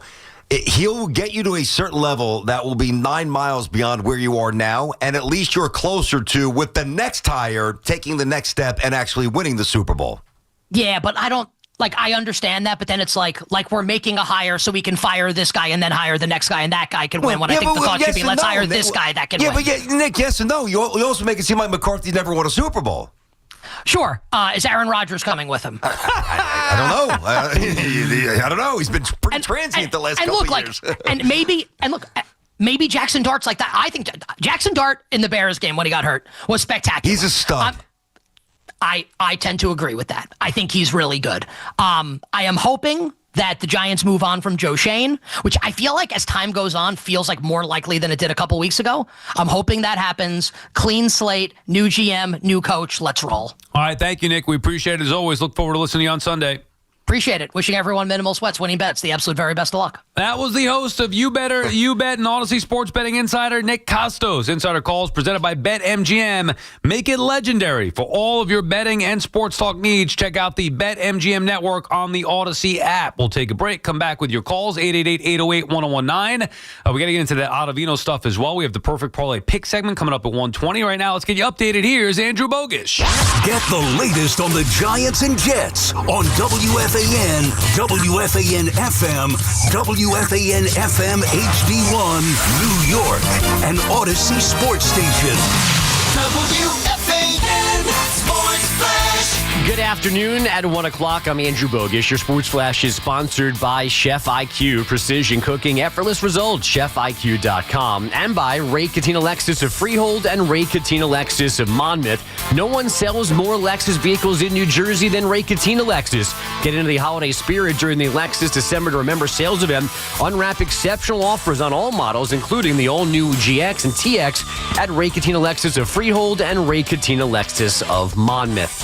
Jaxson Dart was progressing through concussion protocols until he wasn't. The Giants rookie QB will not return for Sunday's game in Detroit, so Jameis Winston gets his second start. Dart, though, is again doing on-field work this afternoon. Kayvon Thibodeau and Paulson Adebo are also out Sunday, and the Bengals still playing coy about Joe Burrow returning from turf toe on Sunday against the Patriots. Head coach Zach Taylor saying they'll take all the time they have to make this decision. The deadline is 4 p.m. tomorrow, since Burrow would have to be removed from IR to play on Sunday. Rutgers men's basketball hosting Central Connecticut State, 6:15 on 660 AM. The Nets in Boston, 7:20 on our FM side. Fan weather is sponsored by Bet365. When it comes to sportsbooks, Bet365 has it all. Download the app today and see why it's never ordinary at Bet365. Gambling problem? Call 1-800-GAMBLER. 21 plus only. Must be located in New York. It's 49 degrees and cloudy in Central Park, and that's what's happening. Sports flashes top of every hour. I'm Andrew Bogish. It's Chris McMonagle overnights on the Fan, 101.9 FM. This is what will be and should be a very enticing job for any head coaching candidate out there. Don't ruin it by keeping a GM who week to week proves he isn't fit. Listen to CMAC on demand on Apple Podcasts, Spotify, or wherever you get your podcasts. If you're thinking about popping the question, don't overthink it. Go where generations of New Yorkers have gone. HL Gross Jewelers in Garden City. These guys have been in the diamond game for over 100 years. 5 generations of helping people find the perfect engagement ring. No pressure, no games, just the best prices, real education, and one-on-one honest service you want when you're making a big decision. Don't make the ring buying experience stressful, and trust HL Gross in Garden City. Visit online at hlgross.com. Think Verizon, the best 5G network, is expensive? Nada que ver. Bring in a bill from AT&T or T-Mobile to a Verizon store today, and we'll give you a better deal. ¿Y ahora? ¿Qué vas a hacer with all those unwanted bills? Pues, how about a full-scale origami version of the Statue of Liberty? Fuera de broma. Bring in your AT&T or T-Mobile bill to your local Verizon store in New York City today, and we'll give you a better deal for you and tu familia. Rankings based on RIT Root Score report dated 1H2025. Your results may vary. Requires postpaid consumer mobile bill from T-Mobile or AT&T dated within the past 45 days. Bill must be in the same name as the person redeeming the deal. Additional terms apply. FanDuel Friday is turning it up with NBA Happy Hour every Friday from 6 to 7:30 p.m. Eastern. FanDuel is dropping limited time specials to get you in the zone. Boosts, bonuses, surprises, all designed to bring that Friday energy. This isn't just another promo. It's your weekly pregame. NBA Happy Hour every Friday, 6 to 7:30 p.m. Eastern, only on FanDuel, the official sportsbook partner of the NBA. Visit FanDuel.com/Boomer to grab your reward before the clock expires. That's FanDuel.com/Boomer. Now, we all love the app around here. It is safe and secure, and when you win, you get paid fast. FanDuel Sportsbook is the official sportsbook of WFAN. 21 and over and physically present in New York. Opt-in required. Rewards are non-withdrawable. Restrictions apply, including bonus and token expiration, leg requirements, and max wager amount. See terms at sportsbook.fanduel.com. For help with a gambling problem, call 877-8-HOPE-NY or text HOPE-NY 467-369. Cars for Kids, the easy way to donate your car. Donate today and your car can be picked up tomorrow. Go to carsforkids.com or 1-877-CARS-FOR-KIDS. Get the scuttlebutt on your favorite team, the Fan, on the Odyssey, iHeart, and TuneIn apps.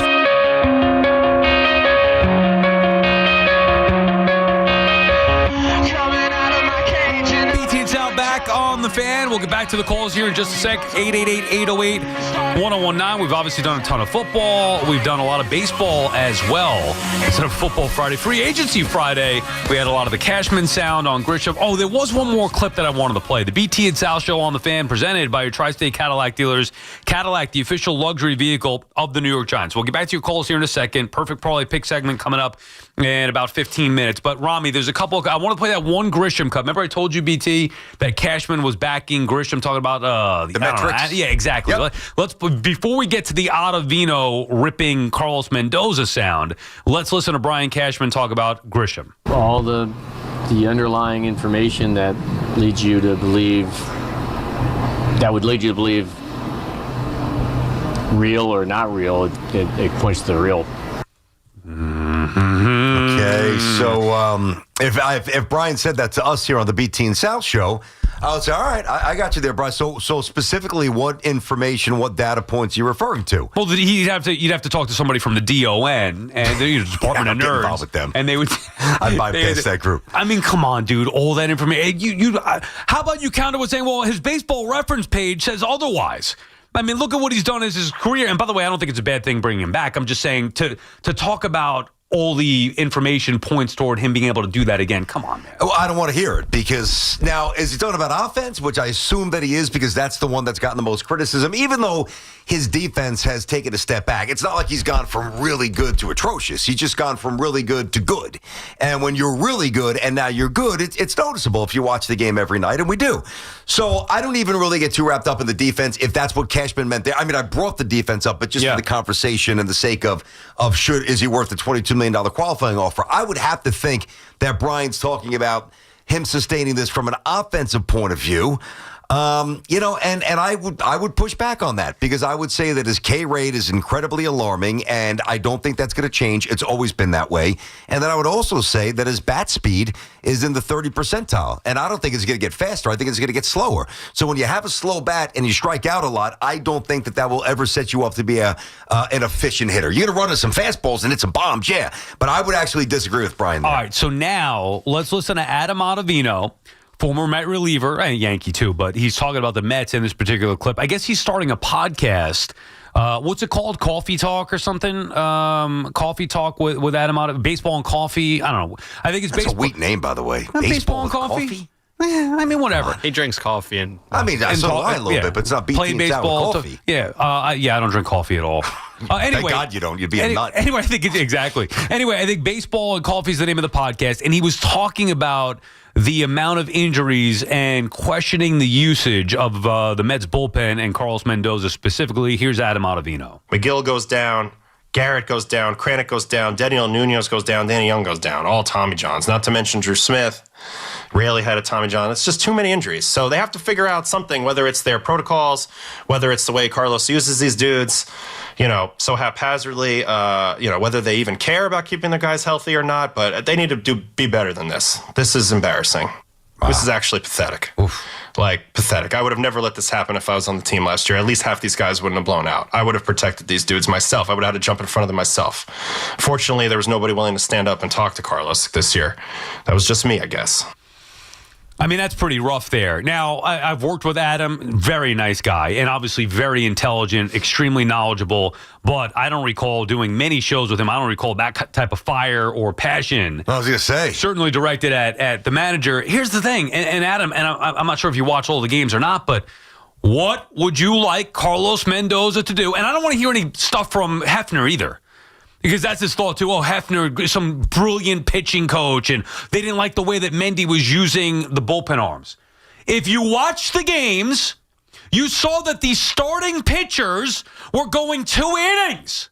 At best, they were going 5. What would you like him to do? That's what I would say. So if guys can't make it, they can't hack it, they can't pitch, is he not supposed to turn to him?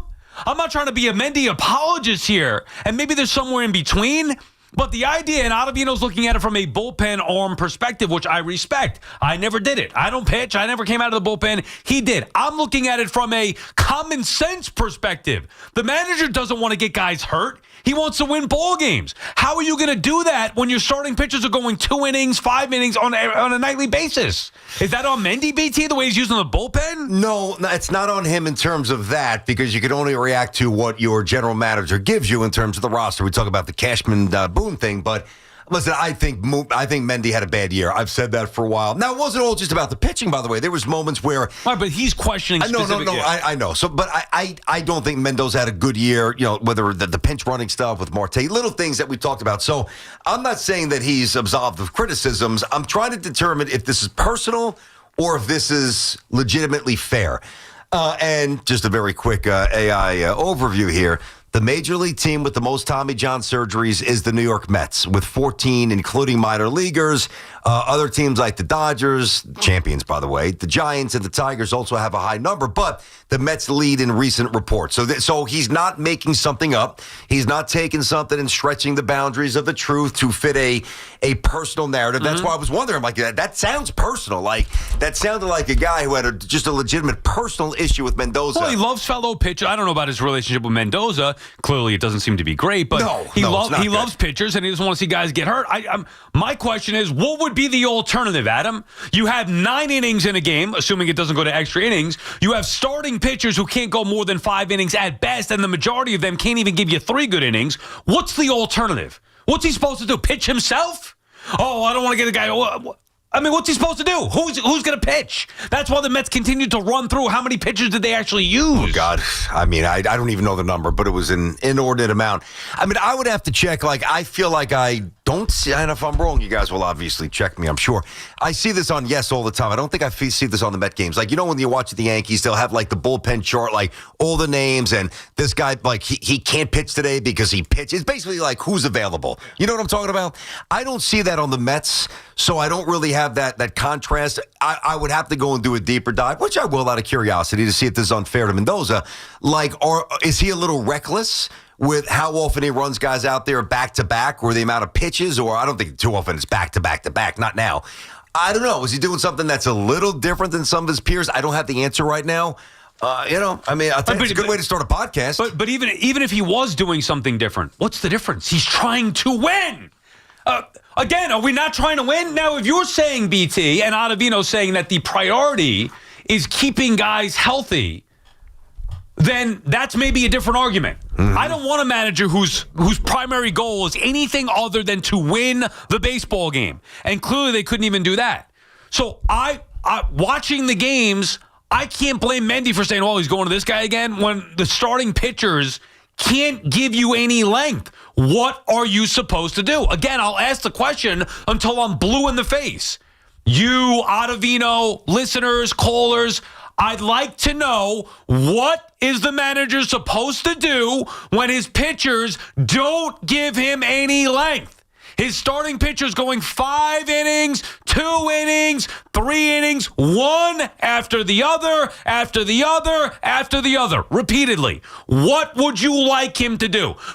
Instead of Ottavino saying, I'd step in front of him myself, I'd ask, what would you do about it? What are you supposed to do? Are you going to go to a position player and maybe get him hurt? Is that going to help you win a game? How are you getting outs as the manager if your starting pitchers every single night aren't giving you any length? How? I'm not going to make up an answer. I don't have an answer for you. There is no answer. When you frame it that way, I got to be fair. I mean, you can only react to what's in front of you. That's it. So I get that part. That's why, again, I was really trying to determine if it was personal. I want to play that again. Well, not yet, Rami. But the thing, like, I admit for me, I might be having a rough time getting separation here, where maybe for a second I'm a little willing more than I should be to side with Ottavino, because I don't think that Mendoza had a good year. But that's not fair to the point that we're talking about. So I'm trying to get separation there. And the more I think about this, I kind of think that this is personal. That's my instinct. Play this, Rami, and just stop at what I tell you to. Go ahead. McGill goes down. Garrett goes down. Kranick goes down. Daniel Nunez goes down. Danny Young goes down. All Tommy Johns. Not to mention Drew Smith. Rarely had a Tommy John. It's just too many injuries. So they have to figure out something, whether it's their protocols, whether it's the way Carlos uses these dudes, so haphazardly, whether they even care about keeping their guys healthy or not. But they need to... Whether they even care. I mean, it's a small thing. I don't think that you're saying that about somebody or an organization if you don't have a little bit of an axe to grind. That's personal. Because now you're just saying that you are medically reckless and cavalier, and you're not professional. And to me, that's, again, it's a little subtlety there. But if you pin me down and said, all right, honest opinion, because you laid it out well. I'm giving you credit with that. I'm not going to just, have a debate when there's nothing to debate. I don't know who the hell else you could have put out there. So I'm kind of with you on Mendy, with that point, with Mendy running these guys into the ground, because you got to do what you got to do just to get to the next day. Understood. But then when I hear that, I'm like, if you even want to keep them healthy. Like when you insert something like that, maybe that's a little window into your soul. Maybe. I want to see where this goes. I'd like to see if the Mets organization reacts to this on some level.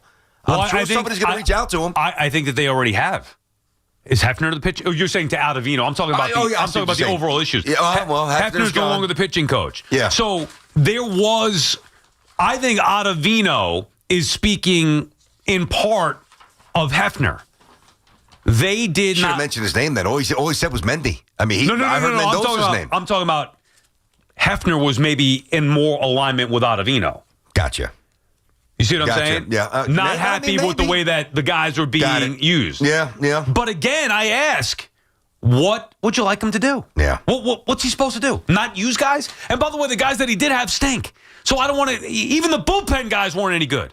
Is it his fault that Helsley couldn't get anybody out to? Let's blame Mendy for that. What? It was the usage? What? It wasn't the perfect situation to go to Helsley there? That was an issue too? I'm not saying Mendy was perfect because he certainly wasn't. What I'm saying was he was desperate. He was a desperate manager with the expectations of winning a World Series with a starting rotation that was god-awful. Maybe the worst starting rotation I have ever witnessed in my entire life as a fan. And that's saying something watching Mets baseball as long as I have. Maybe the worst starting rotation I've ever seen. Usually you have one or two guys who give you 6 or 7 innings and at least calm things down. Every night it was the same thing. 2 innings, 3 innings, 5 innings max. Hey, whoa, great start. 5 innings. From somebody who had an innings limit, basically, because Clay Holmes, Yeah, well, that's my point. He pitched great in Miami that last weekend. As I was choking there, I was thinking as well, this is also more on David Stearns than it is on Mendoza. David Stearns built a staff with a guy who was being converted from a reliever to be a starter, to be one of his main contributors in the rotation, relying on Senga, who he needs 6 days rest, and even everything needs to be perfect. How many innings was he going in the beginning of the year? Minaya, who got injured. Another off-injured guy. Frankie Montas, always injured. Canning ruptures Achilles, who's actually pitching well. So how is this? Ottavino wants to blame Mendy for the usage. Yep. I would blame Stearns for giving Mendy nothing to work with. AI is very good today, very useful. The New York Mets used the most pitchers in 2025 with a total of 46. And listen, here's the thing, too. Of the 46, I would say just about 90% of them, roughly, underperformed woefully. So, it's one thing, as you laid out, and you're right, we all know this because the starting pitchers were awful. It's one thing to have to navigate that on a nightly basis, but how many managers in the middle of a pennant race, by the way, not only have to go to the bullpen after 40 or 50 pitches, seemingly 3-4 times a week because the starter stunk, but then when you go to the relief pitcher, you actually have to pull him before the inning's over because he's drowning with guys on base, whether it's Helsley, whether it's others. Even, was it Rogers? Rogers started well, and then he fell off he started well, then he started getting sloppy as well. So I'm not here to offer a blanket defense of Mendoza because I don't think he deserves that, and I do need to see more evidence and data, and not analytics, but some of the medical stuff on the Mets, and I don't know if I'll get that. But I can't crush him because you are paid to win, and you are paid to do what your GM gives you to work with. And Stearns gave him trash. One more quick one from Ottavino here on the Mets organization. Go ahead, Rami. Talked with every single one of these guys about having to take control over their own career because the team is not going to keep them healthy. They need to find a way to keep themselves healthy. Mm-hmm. I mean, going after the team there, not just massage yourself. I mean, meaning saying I can't get in there. Look, I respect Ottavino, obviously, and like I said, I think he's a very good guy, and he's a former big leaguer, so he would know.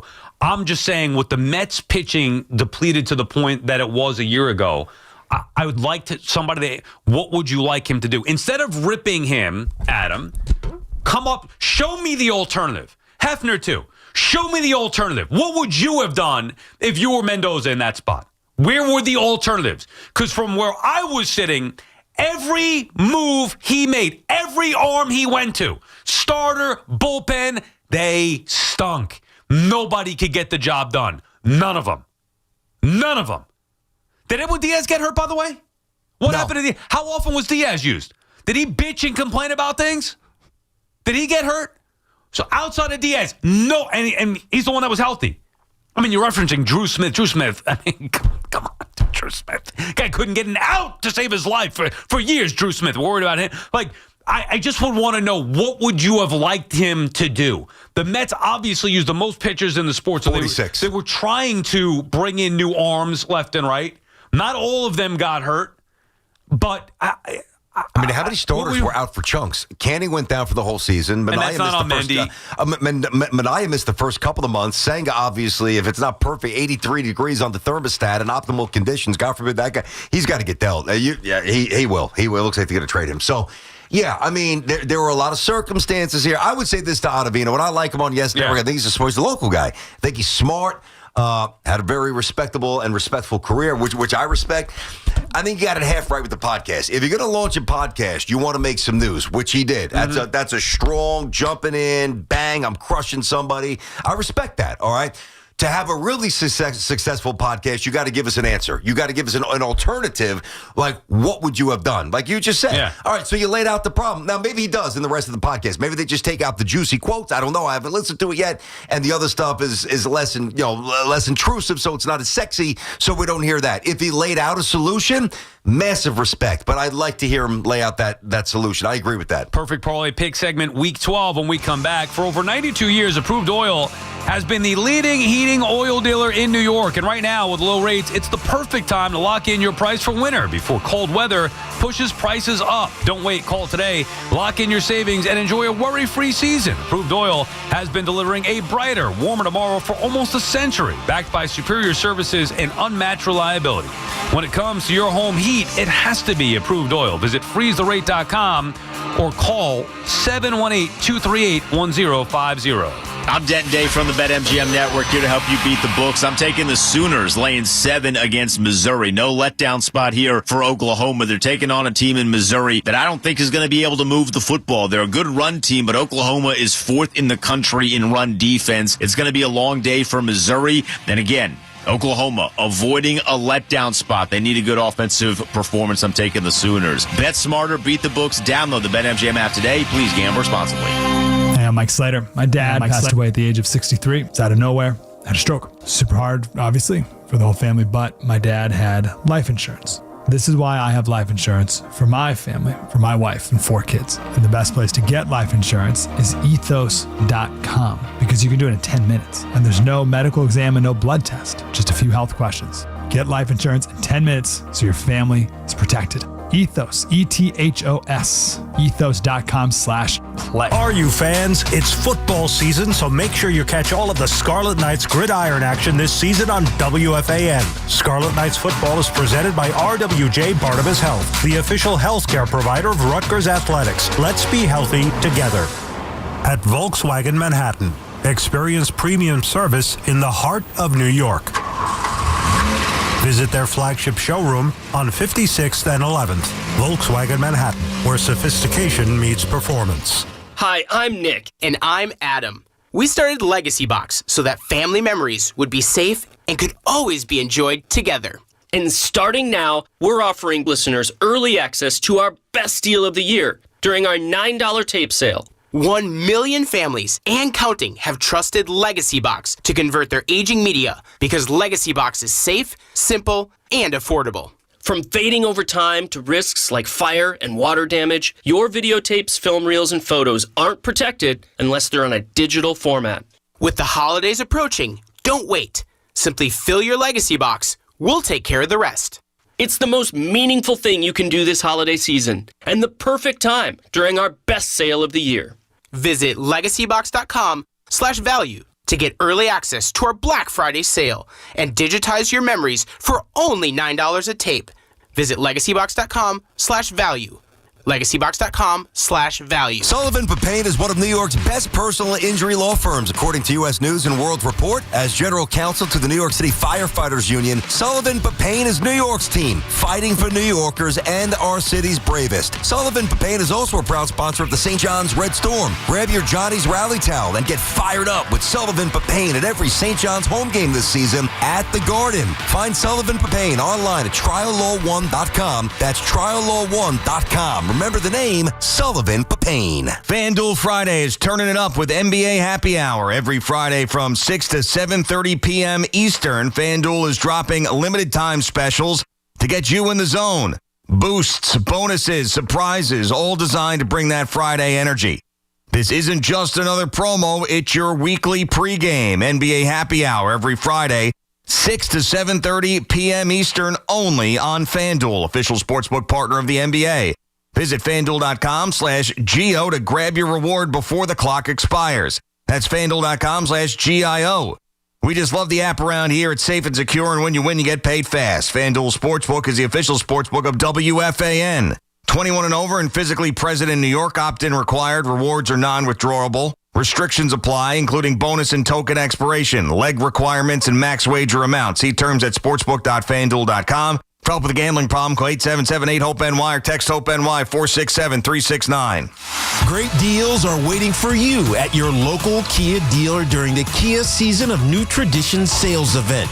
So, gift yourself some savings and drive home a capable Kia SUV or powerful Kia sedan today. Good Morning Football Overtime. All about the NFL because it's made by the NFL. Breaking down the headline stories with exclusive insider access from players to the coaches, plus some of the biggest names in entertainment. Stop by. Catch Good Morning Football Overtime. Weekdays at 12 noon on My 9. Hey everyone, this is Boomer Esiason, and I'm here to tell you all about United Healthcare and their Oxford products. They've served me well for 41 years, and I've been very happy with the coverage that I've received. In fact, they're not only my insurance carrier, United Healthcare also supports my foundation in our quest to find a cure for cystic fibrosis. So when you play pro football, you learn pretty fast that you can't win without teammates you can rely on.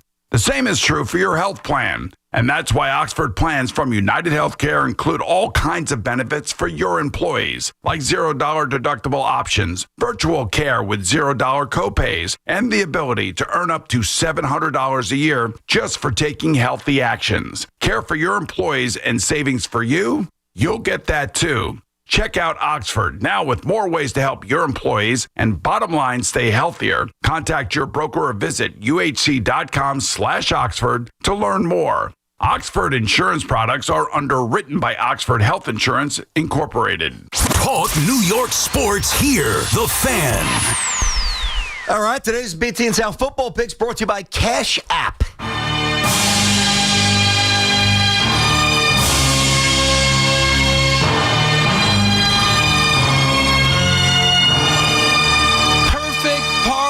Pick segment week 12. Hard to believe, week 12. You got Thanksgiving next week, a little 3-team Turkey Day teaser as well will be on the board for our pick segment here. But for now, it's the perfect parlay. Hoff hit a 4-teamer, so he's out in front with 165 points. I am in second with 95. BT, you are in third with 55. 2-teamer worth 25. 3-teamer worth 50. 4-teamer worth 100. On the year, Hoff is at 19 and 23. I am 19 and 13, and you are 12 and 19. Got some work to do, my friend. Here we go, week 12. That has been the common refrain. I've heard that many times. Got some work to do, my friend. Yes, I do. And work I have not been doing. Ice cold. It's been a rough year. No hiding that. You heard the numbers. Not pretty. So it's either going to get worse or it's going to change. Maybe this is the weekend it changes. 3 spot for you. Not 1, not 2. We're going to go for 3. A little short of the 4-teamer Hail Mary like Hoff likes to throw. I'll go for 3 spot. And now I'm desperate. So now I'm just taking advice here. And what did our buddy Nick Costos just say? Nick's like, oh, man, this is my play of the week here. The over? A little over, Giants and the Lions. Now, to be fair, if I didn't agree with his rationale, I wouldn't latch onto his pick. But it makes complete sense. Next time you're going to be paying Stu Feiner for picks. exactly. I'm going to the New York Post in 1991 and find some schmuck down in Florida who's going to give you the lock of the week on Monday Night Football. Anyway, I can see this happening for sure. I think the Lions offense is going to bust loose. I think Jameis will get you in the end zone a little bit. He'll also destroy you a little bit. He could have had 6 picks the other day, multiple drops. Give me the over in the Giants and the Lions. 50.5 is the number. All right. Now, it's got to be a good fit, and I think that this is a good fit. I love to take home dogs, obviously. That's something that's obviously appealing.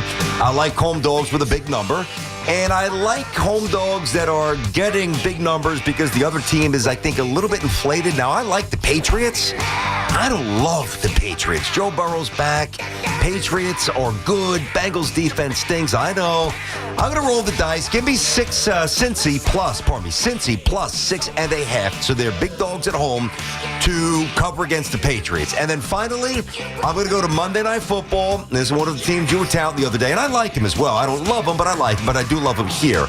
Monday night, primetime, -7. Niners laying that touchdown against the Panthers, who are on the road going across the country. I will take my chances with the Niners. So, in summation, 3-spot. First up, G-Men, Lions, over 50 and a hook. Give me that. Number 2, give me Cincy, plus 6.5 to hang around with the Pats in Cincy. And Monday night, the Niners, -7 over the Patriots. Over the Panthers. All right, Hoff, what do you got here for Week 12? The leader in the clubhouse. Alita. That's right. I'm going to Detroit. And Aaliyah. Detroit. Even though she's from New York originally. Yeah, I don't understand the connection. I guess her music was based out of Detroit. I don't know why. You could have just played an Eminem song. Was it inspired by Motown, do you mean, or something different? I don't know. They said Detroit. Or maybe Big Sean. Anyway, go ahead. No. So, Aaliyah. She's one of my favorites. Okay. That's why. I know, but I just don't think it's Detroit. Anyway, go ahead. What do you... Well, you're not in my head, bro. You don't understand me. You don't get me. I got to be honest with you. Today, I'm doing something a little different. Going for a 4. He's such a... But... I'm doing something a little different. I actually thought these out. Yeah. No. I'm just going all dogs. I'm going big numbers here. So you're going to San Francisco. I'm taking Carolina +7 at San Francisco. I'm also going to Tennessee, plus 13.5. I know they're terrible, but Seattle's just confusing sometimes. They don't put up big numbers every game. Plus 13.5. Let's go Tennessee. I'm going to Baltimore. The Jets play there. Yes, I know. Plus 13.5 for the Jets. Wow, that is something different. You never pick the Jets. I know. And then finally, I'm going to Detroit. Plus 12.5 for the G-Men. You're taking the... Well, you see 12.5. I thought it was 11.5. Oh, went down? Oh, no. I see it now at -13. Oh, crap. -13. Let's go. I'll take it. Oh, man. I had that as one of my games there. All right, so go ahead, Hoff, in summation. What do you got? So I got Carolina +7, Tennessee plus 13.5, Jets plus 13.5, and now you said the Giants are plus 13? Yeah. Let's go. Let's take it, baby. All right, Rami, hit me with it here. Hit me with the good stuff. I've been good on the year with the record, been awful on the year as far as scoring. I got to catch up to Hoff.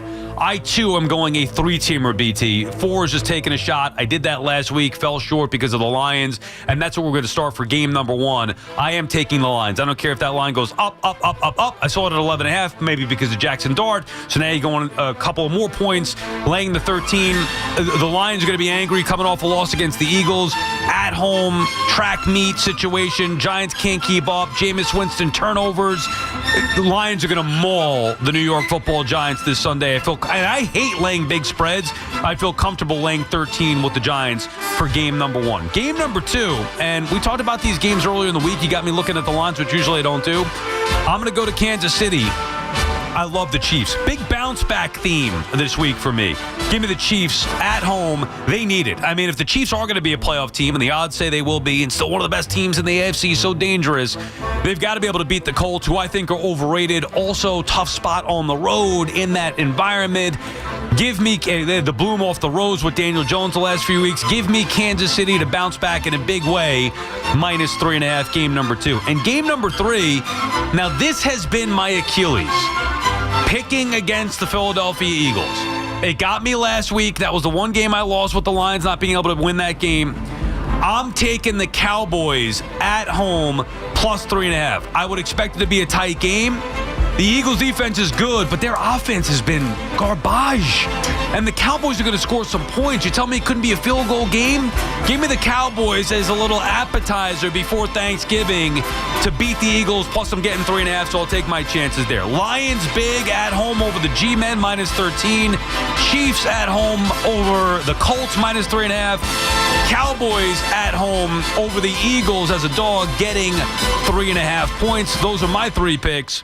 Week 12. As far as the straight up goes, going Lions, going Ravens. Don't think too hard. There's no way there's an upset with either of those games. I don't see it.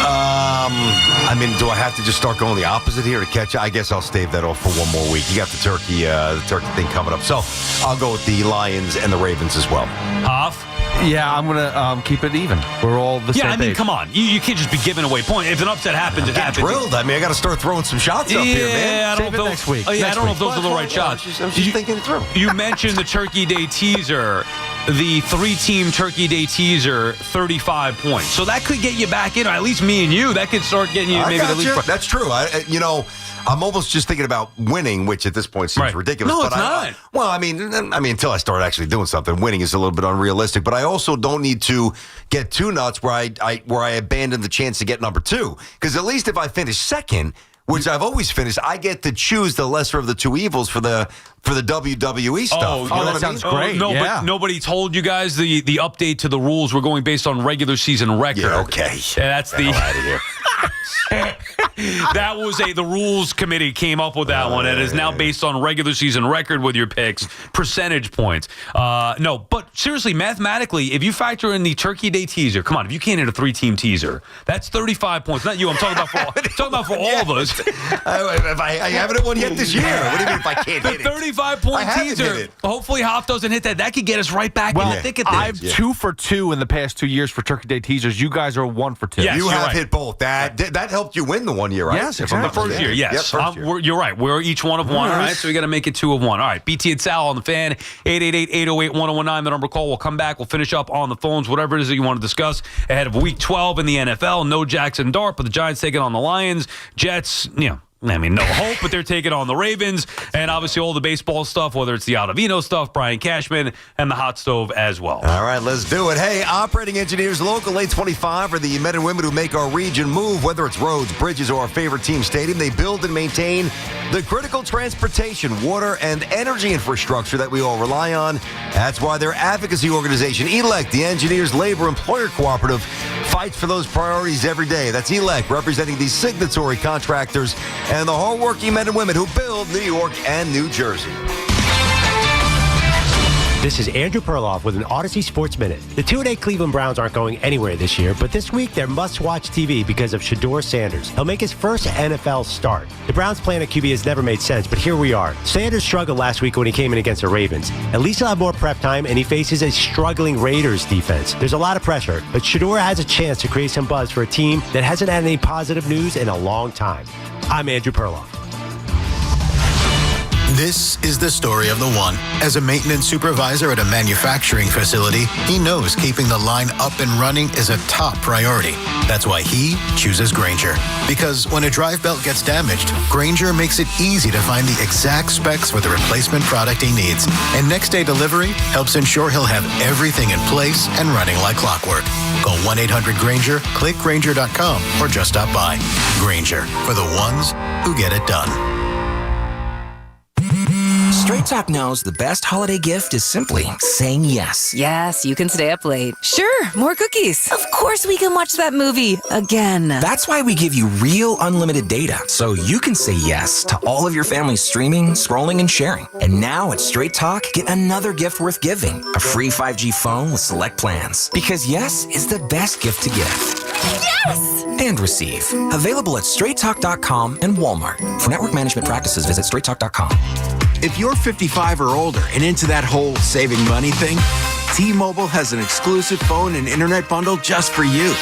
Right now, get 2 unlimited phone lines plus 5G home internet for just $30 each per month with autopay, plus taxes and fees. And with 5G home internet, setup is easy with just one cord and no technician needed, which is great if you're also into that whole keeping it simple thing. Switch now and experience the best mobile network in the U.S. Visit your local store to start saving. T-Mobile, it's better over here.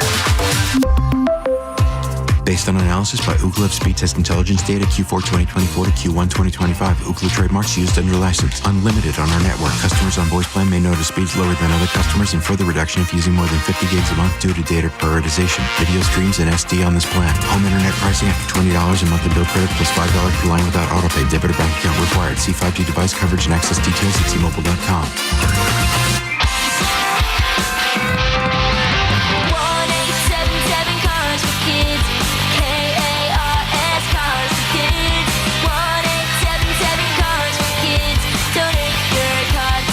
Call 1-877-CARS-FOR-KIDS to reach a friendly live agent. Donation's super easy, and your car can be picked up as soon as tomorrow. Call us now, 1-877-CARS-FOR-KIDS. Donate your car today. Did you know you can donate real estate too?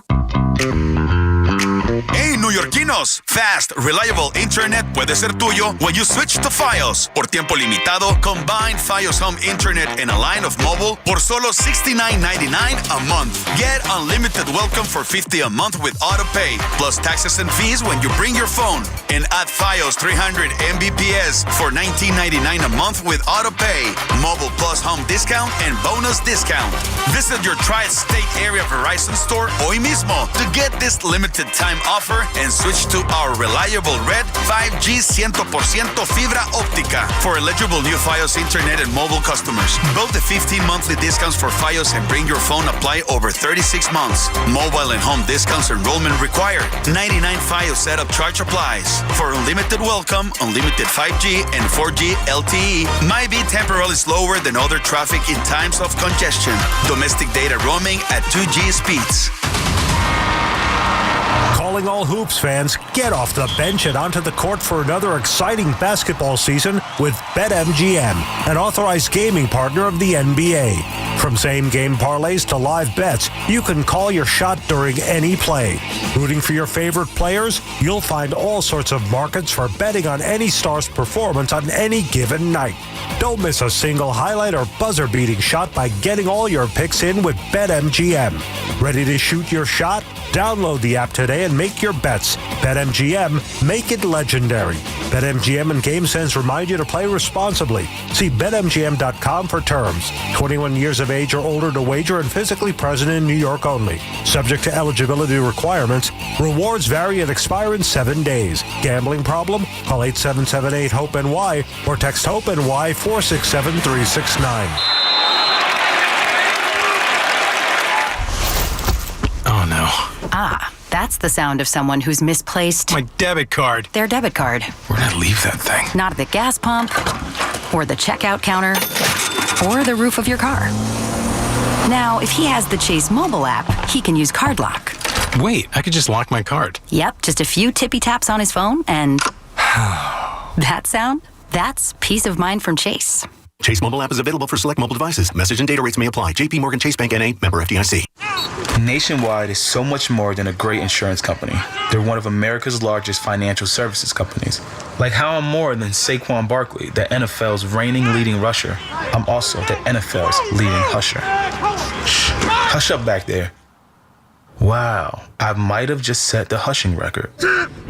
Well, almost. For your insurance and financial needs, Nationwide is on your side.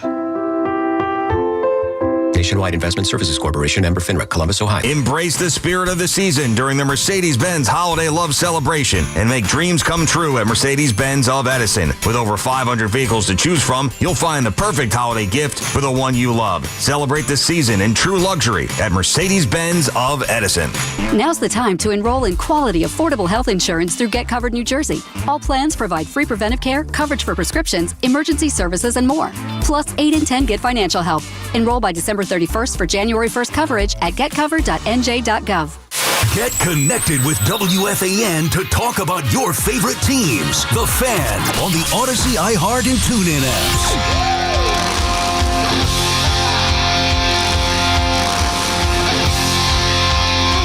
I just gotta let this part kick in. Hang on, here we go, right here. All right, call the number 10, little Motley Crue. BT and Sound want to send you there. 866-540-WFAN. That's 866-540-9326. Your chance to win a pair. So that's 2 tickets to see the Crew, Motley Crue, PNC Bank Arts Center, July 31st. What a great way to start winding down the summer. Hopefully a little Yankees and Mets. They're rolling at that point. Jets and Giants training camp. Cracking some cold ones in the parking lot. That's going to be good. Courtesy of Live Nation. Tickets on sale now at Ticketmaster.com. BT and Sal back on the fan, about to wrap things up for the week here. 888-808-1019, the number to call. I'd love to say I'm looking forward to the football this weekend. I am not. I am looking forward. I mean, the football outside of New York, sure. I'm looking forward to the Chiefs-Colts game. Looking forward to the Eagles and Cowboys. Looking forward to the Rams and Bucks. Even the Niners on Monday night. Niners-Panthers. Maybe the return to Joe Burrow. That's going to do it for you with the Bengals taking on the Patriots. Those are intriguing matchups there. But the New York football is just, I mean, think about it. We're back to where we began with these two teams going into a week. Remember how the one thing that I wanted to see this year was that at least these teams have a chance to compete on Sunday. And now this particular Sunday, both teams are 2 touchdown underdogs going into the games. Is really, I know the Jets are building things up, which is fine, but like, come on, we don't even have games to really watch, and no Jaxson Dart on top of it. No, but think about this. This is where we usually are pretty much every November at this point, where it's over, and it's been over for a while. Now, listen, the Jets are a little different. I want to see some of the young players. Now, if Dart was playing, I would be all thrilled. I like all into watching him play. I love the kid, as you know.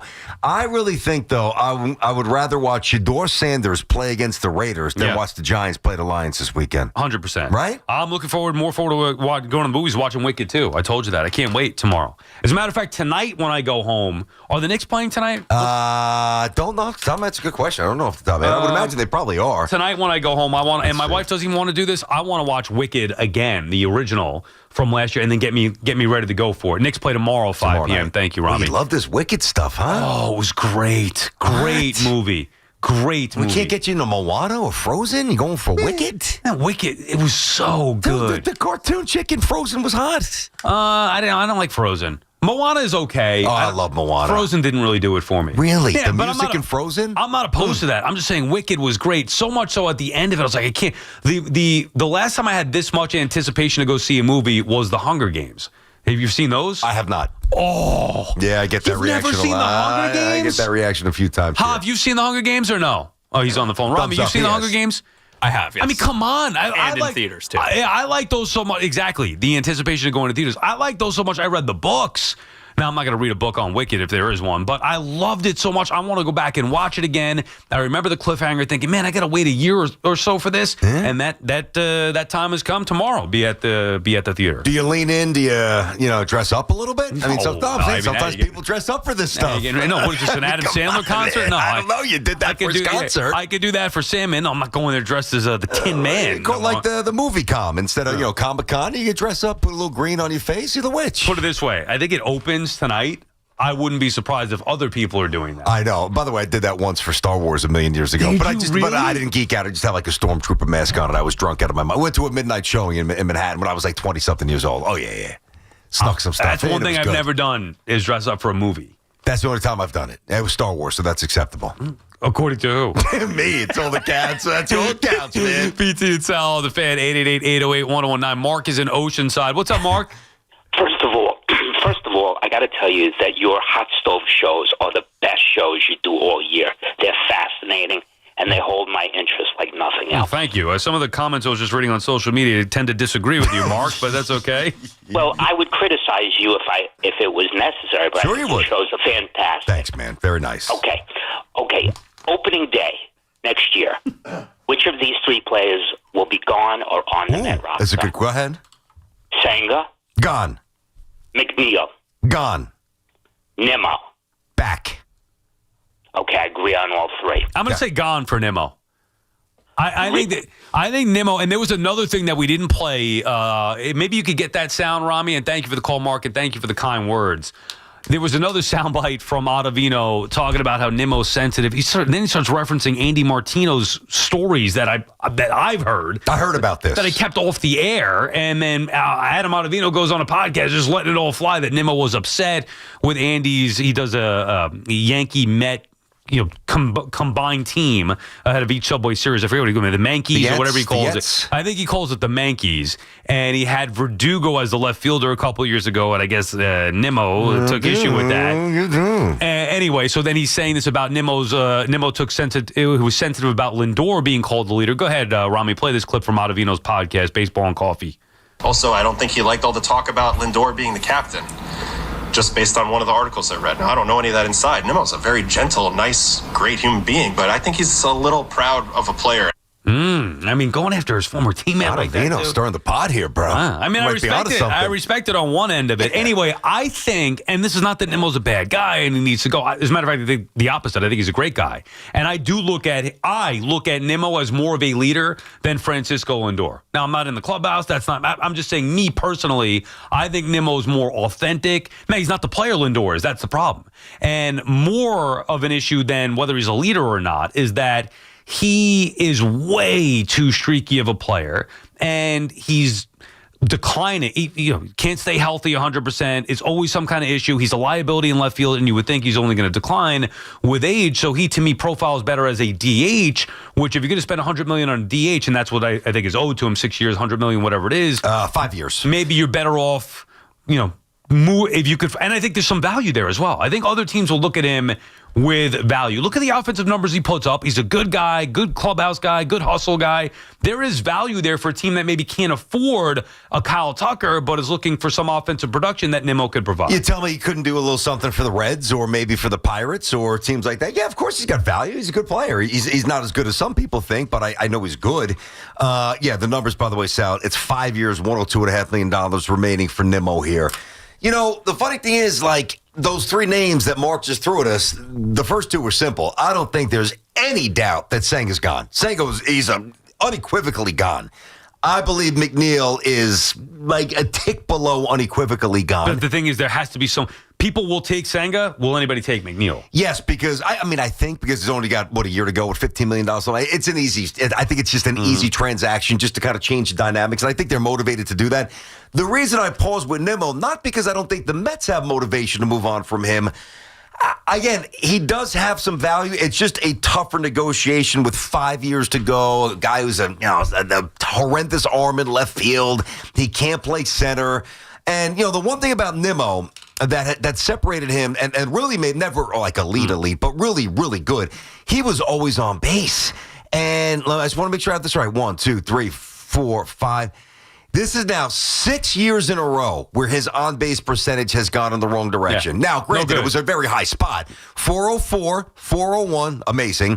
367, good. 363, good. Now 327, 324. That's in a territory where if you're not a good defender, that's not good. Well, that's why he got paid. He got paid because of his on-base. He didn't get paid because of his power. He didn't get paid because he hits for a high average. He didn't get paid for his defense or speed. He got paid because he gets on base. So if that's starting to decline, and why would you think it's going to get any better? Yeah, but he also got paid as a center fielder as well. Whether or not he was a good center. Yeah. No, I know. But even though he wasn't great, you're going to get more in center than you are. If Trent Grisham had the year that he had last year, 100% across the board offensively, literally same exact numbers, but he was a left fielder. The quality, it would have. You know what I mean? He would have gotten. It was not the same translation. That's it. BT and Sal Player to Watch is sponsored by ELEC 825, Building Our Future, Collars & Co., the original dress collar polo. I'll start us off, BT. I'm going to go with Abdul Carter. You referenced him. He's the one thing out of both these New York teams. I mean, maybe you could pick a Jet receiver if you want to see how they do. But the one thing out of New York football, it was going to be Jaxson Dart. He's obviously not playing, didn't clear concussion protocol. I want to see Abdul Carter and see if he can bounce back, put on his big boy pants here, stop breathing on the quarterback, stop sniffing the quarterback, and actually sack the quarterback. So I'm looking forward to watching Abdul Carter on Sunday. Let's see it. Go get him, young buck. I've done this before because it's a very interesting name, Daniel Jones. I mean, come on, man. Our buddy Jerry Recco's going to be calling that game out there at Arrowhead. A little Colts and Chiefs, 1 o'clock on CBS. And, number one, I've got a little personal investment here. The more the Colts lose, the better that Jets draft pick is going to get. Not that I think they're going to lose a ton of games, but this should be one that they should lose. And if they don't, well, that's another, inch of respect for Daniel Jones. How's he play in that environment against Mahomes? Big story. Matt in Sable finish things off here. What's up, Matt? Hey, how's it going, guys? What's up, Matty? I'm a little nervous. I'm a big fan of Bellinger. I do think he's going to get way overpaid. I feel like when he was with the Cubs last year, nobody really wanted him. They all kind of played him as like the ugly girl to dance. And now all of a sudden, everyone's looking at him like he's, a Hall of Famer.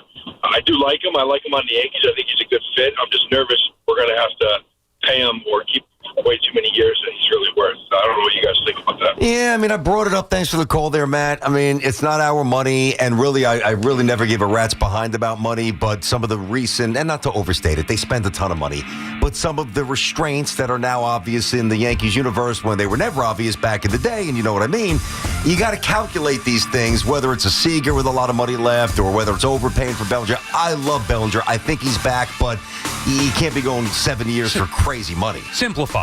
Does he make your team better if he comes back? He does. That's the short. So that's the more succinct way of putting it. End of story. Yes. All right, that does it for us. Thanks to Rami filling in for Dove. Enjoy Thanks to Hop. Wicked. As always, I'm looking forward to it. Can't wait to get out there tomorrow. Thanks to Hop as always. Hop's on the overnight tonight. What time you start? 2 a.m. or is it at midnight? 2 a.m. There you go. Check out Hop 2 a.m. Really technically Rico tomorrow. Brown, your podcast somewhere in between there, maybe. Okay, we don't need to promote the Rico. All right. Thanks to everybody who listened and called. We appreciate each and every one of you. Enjoy your weekend. Evan and Tiki, they're coming up next.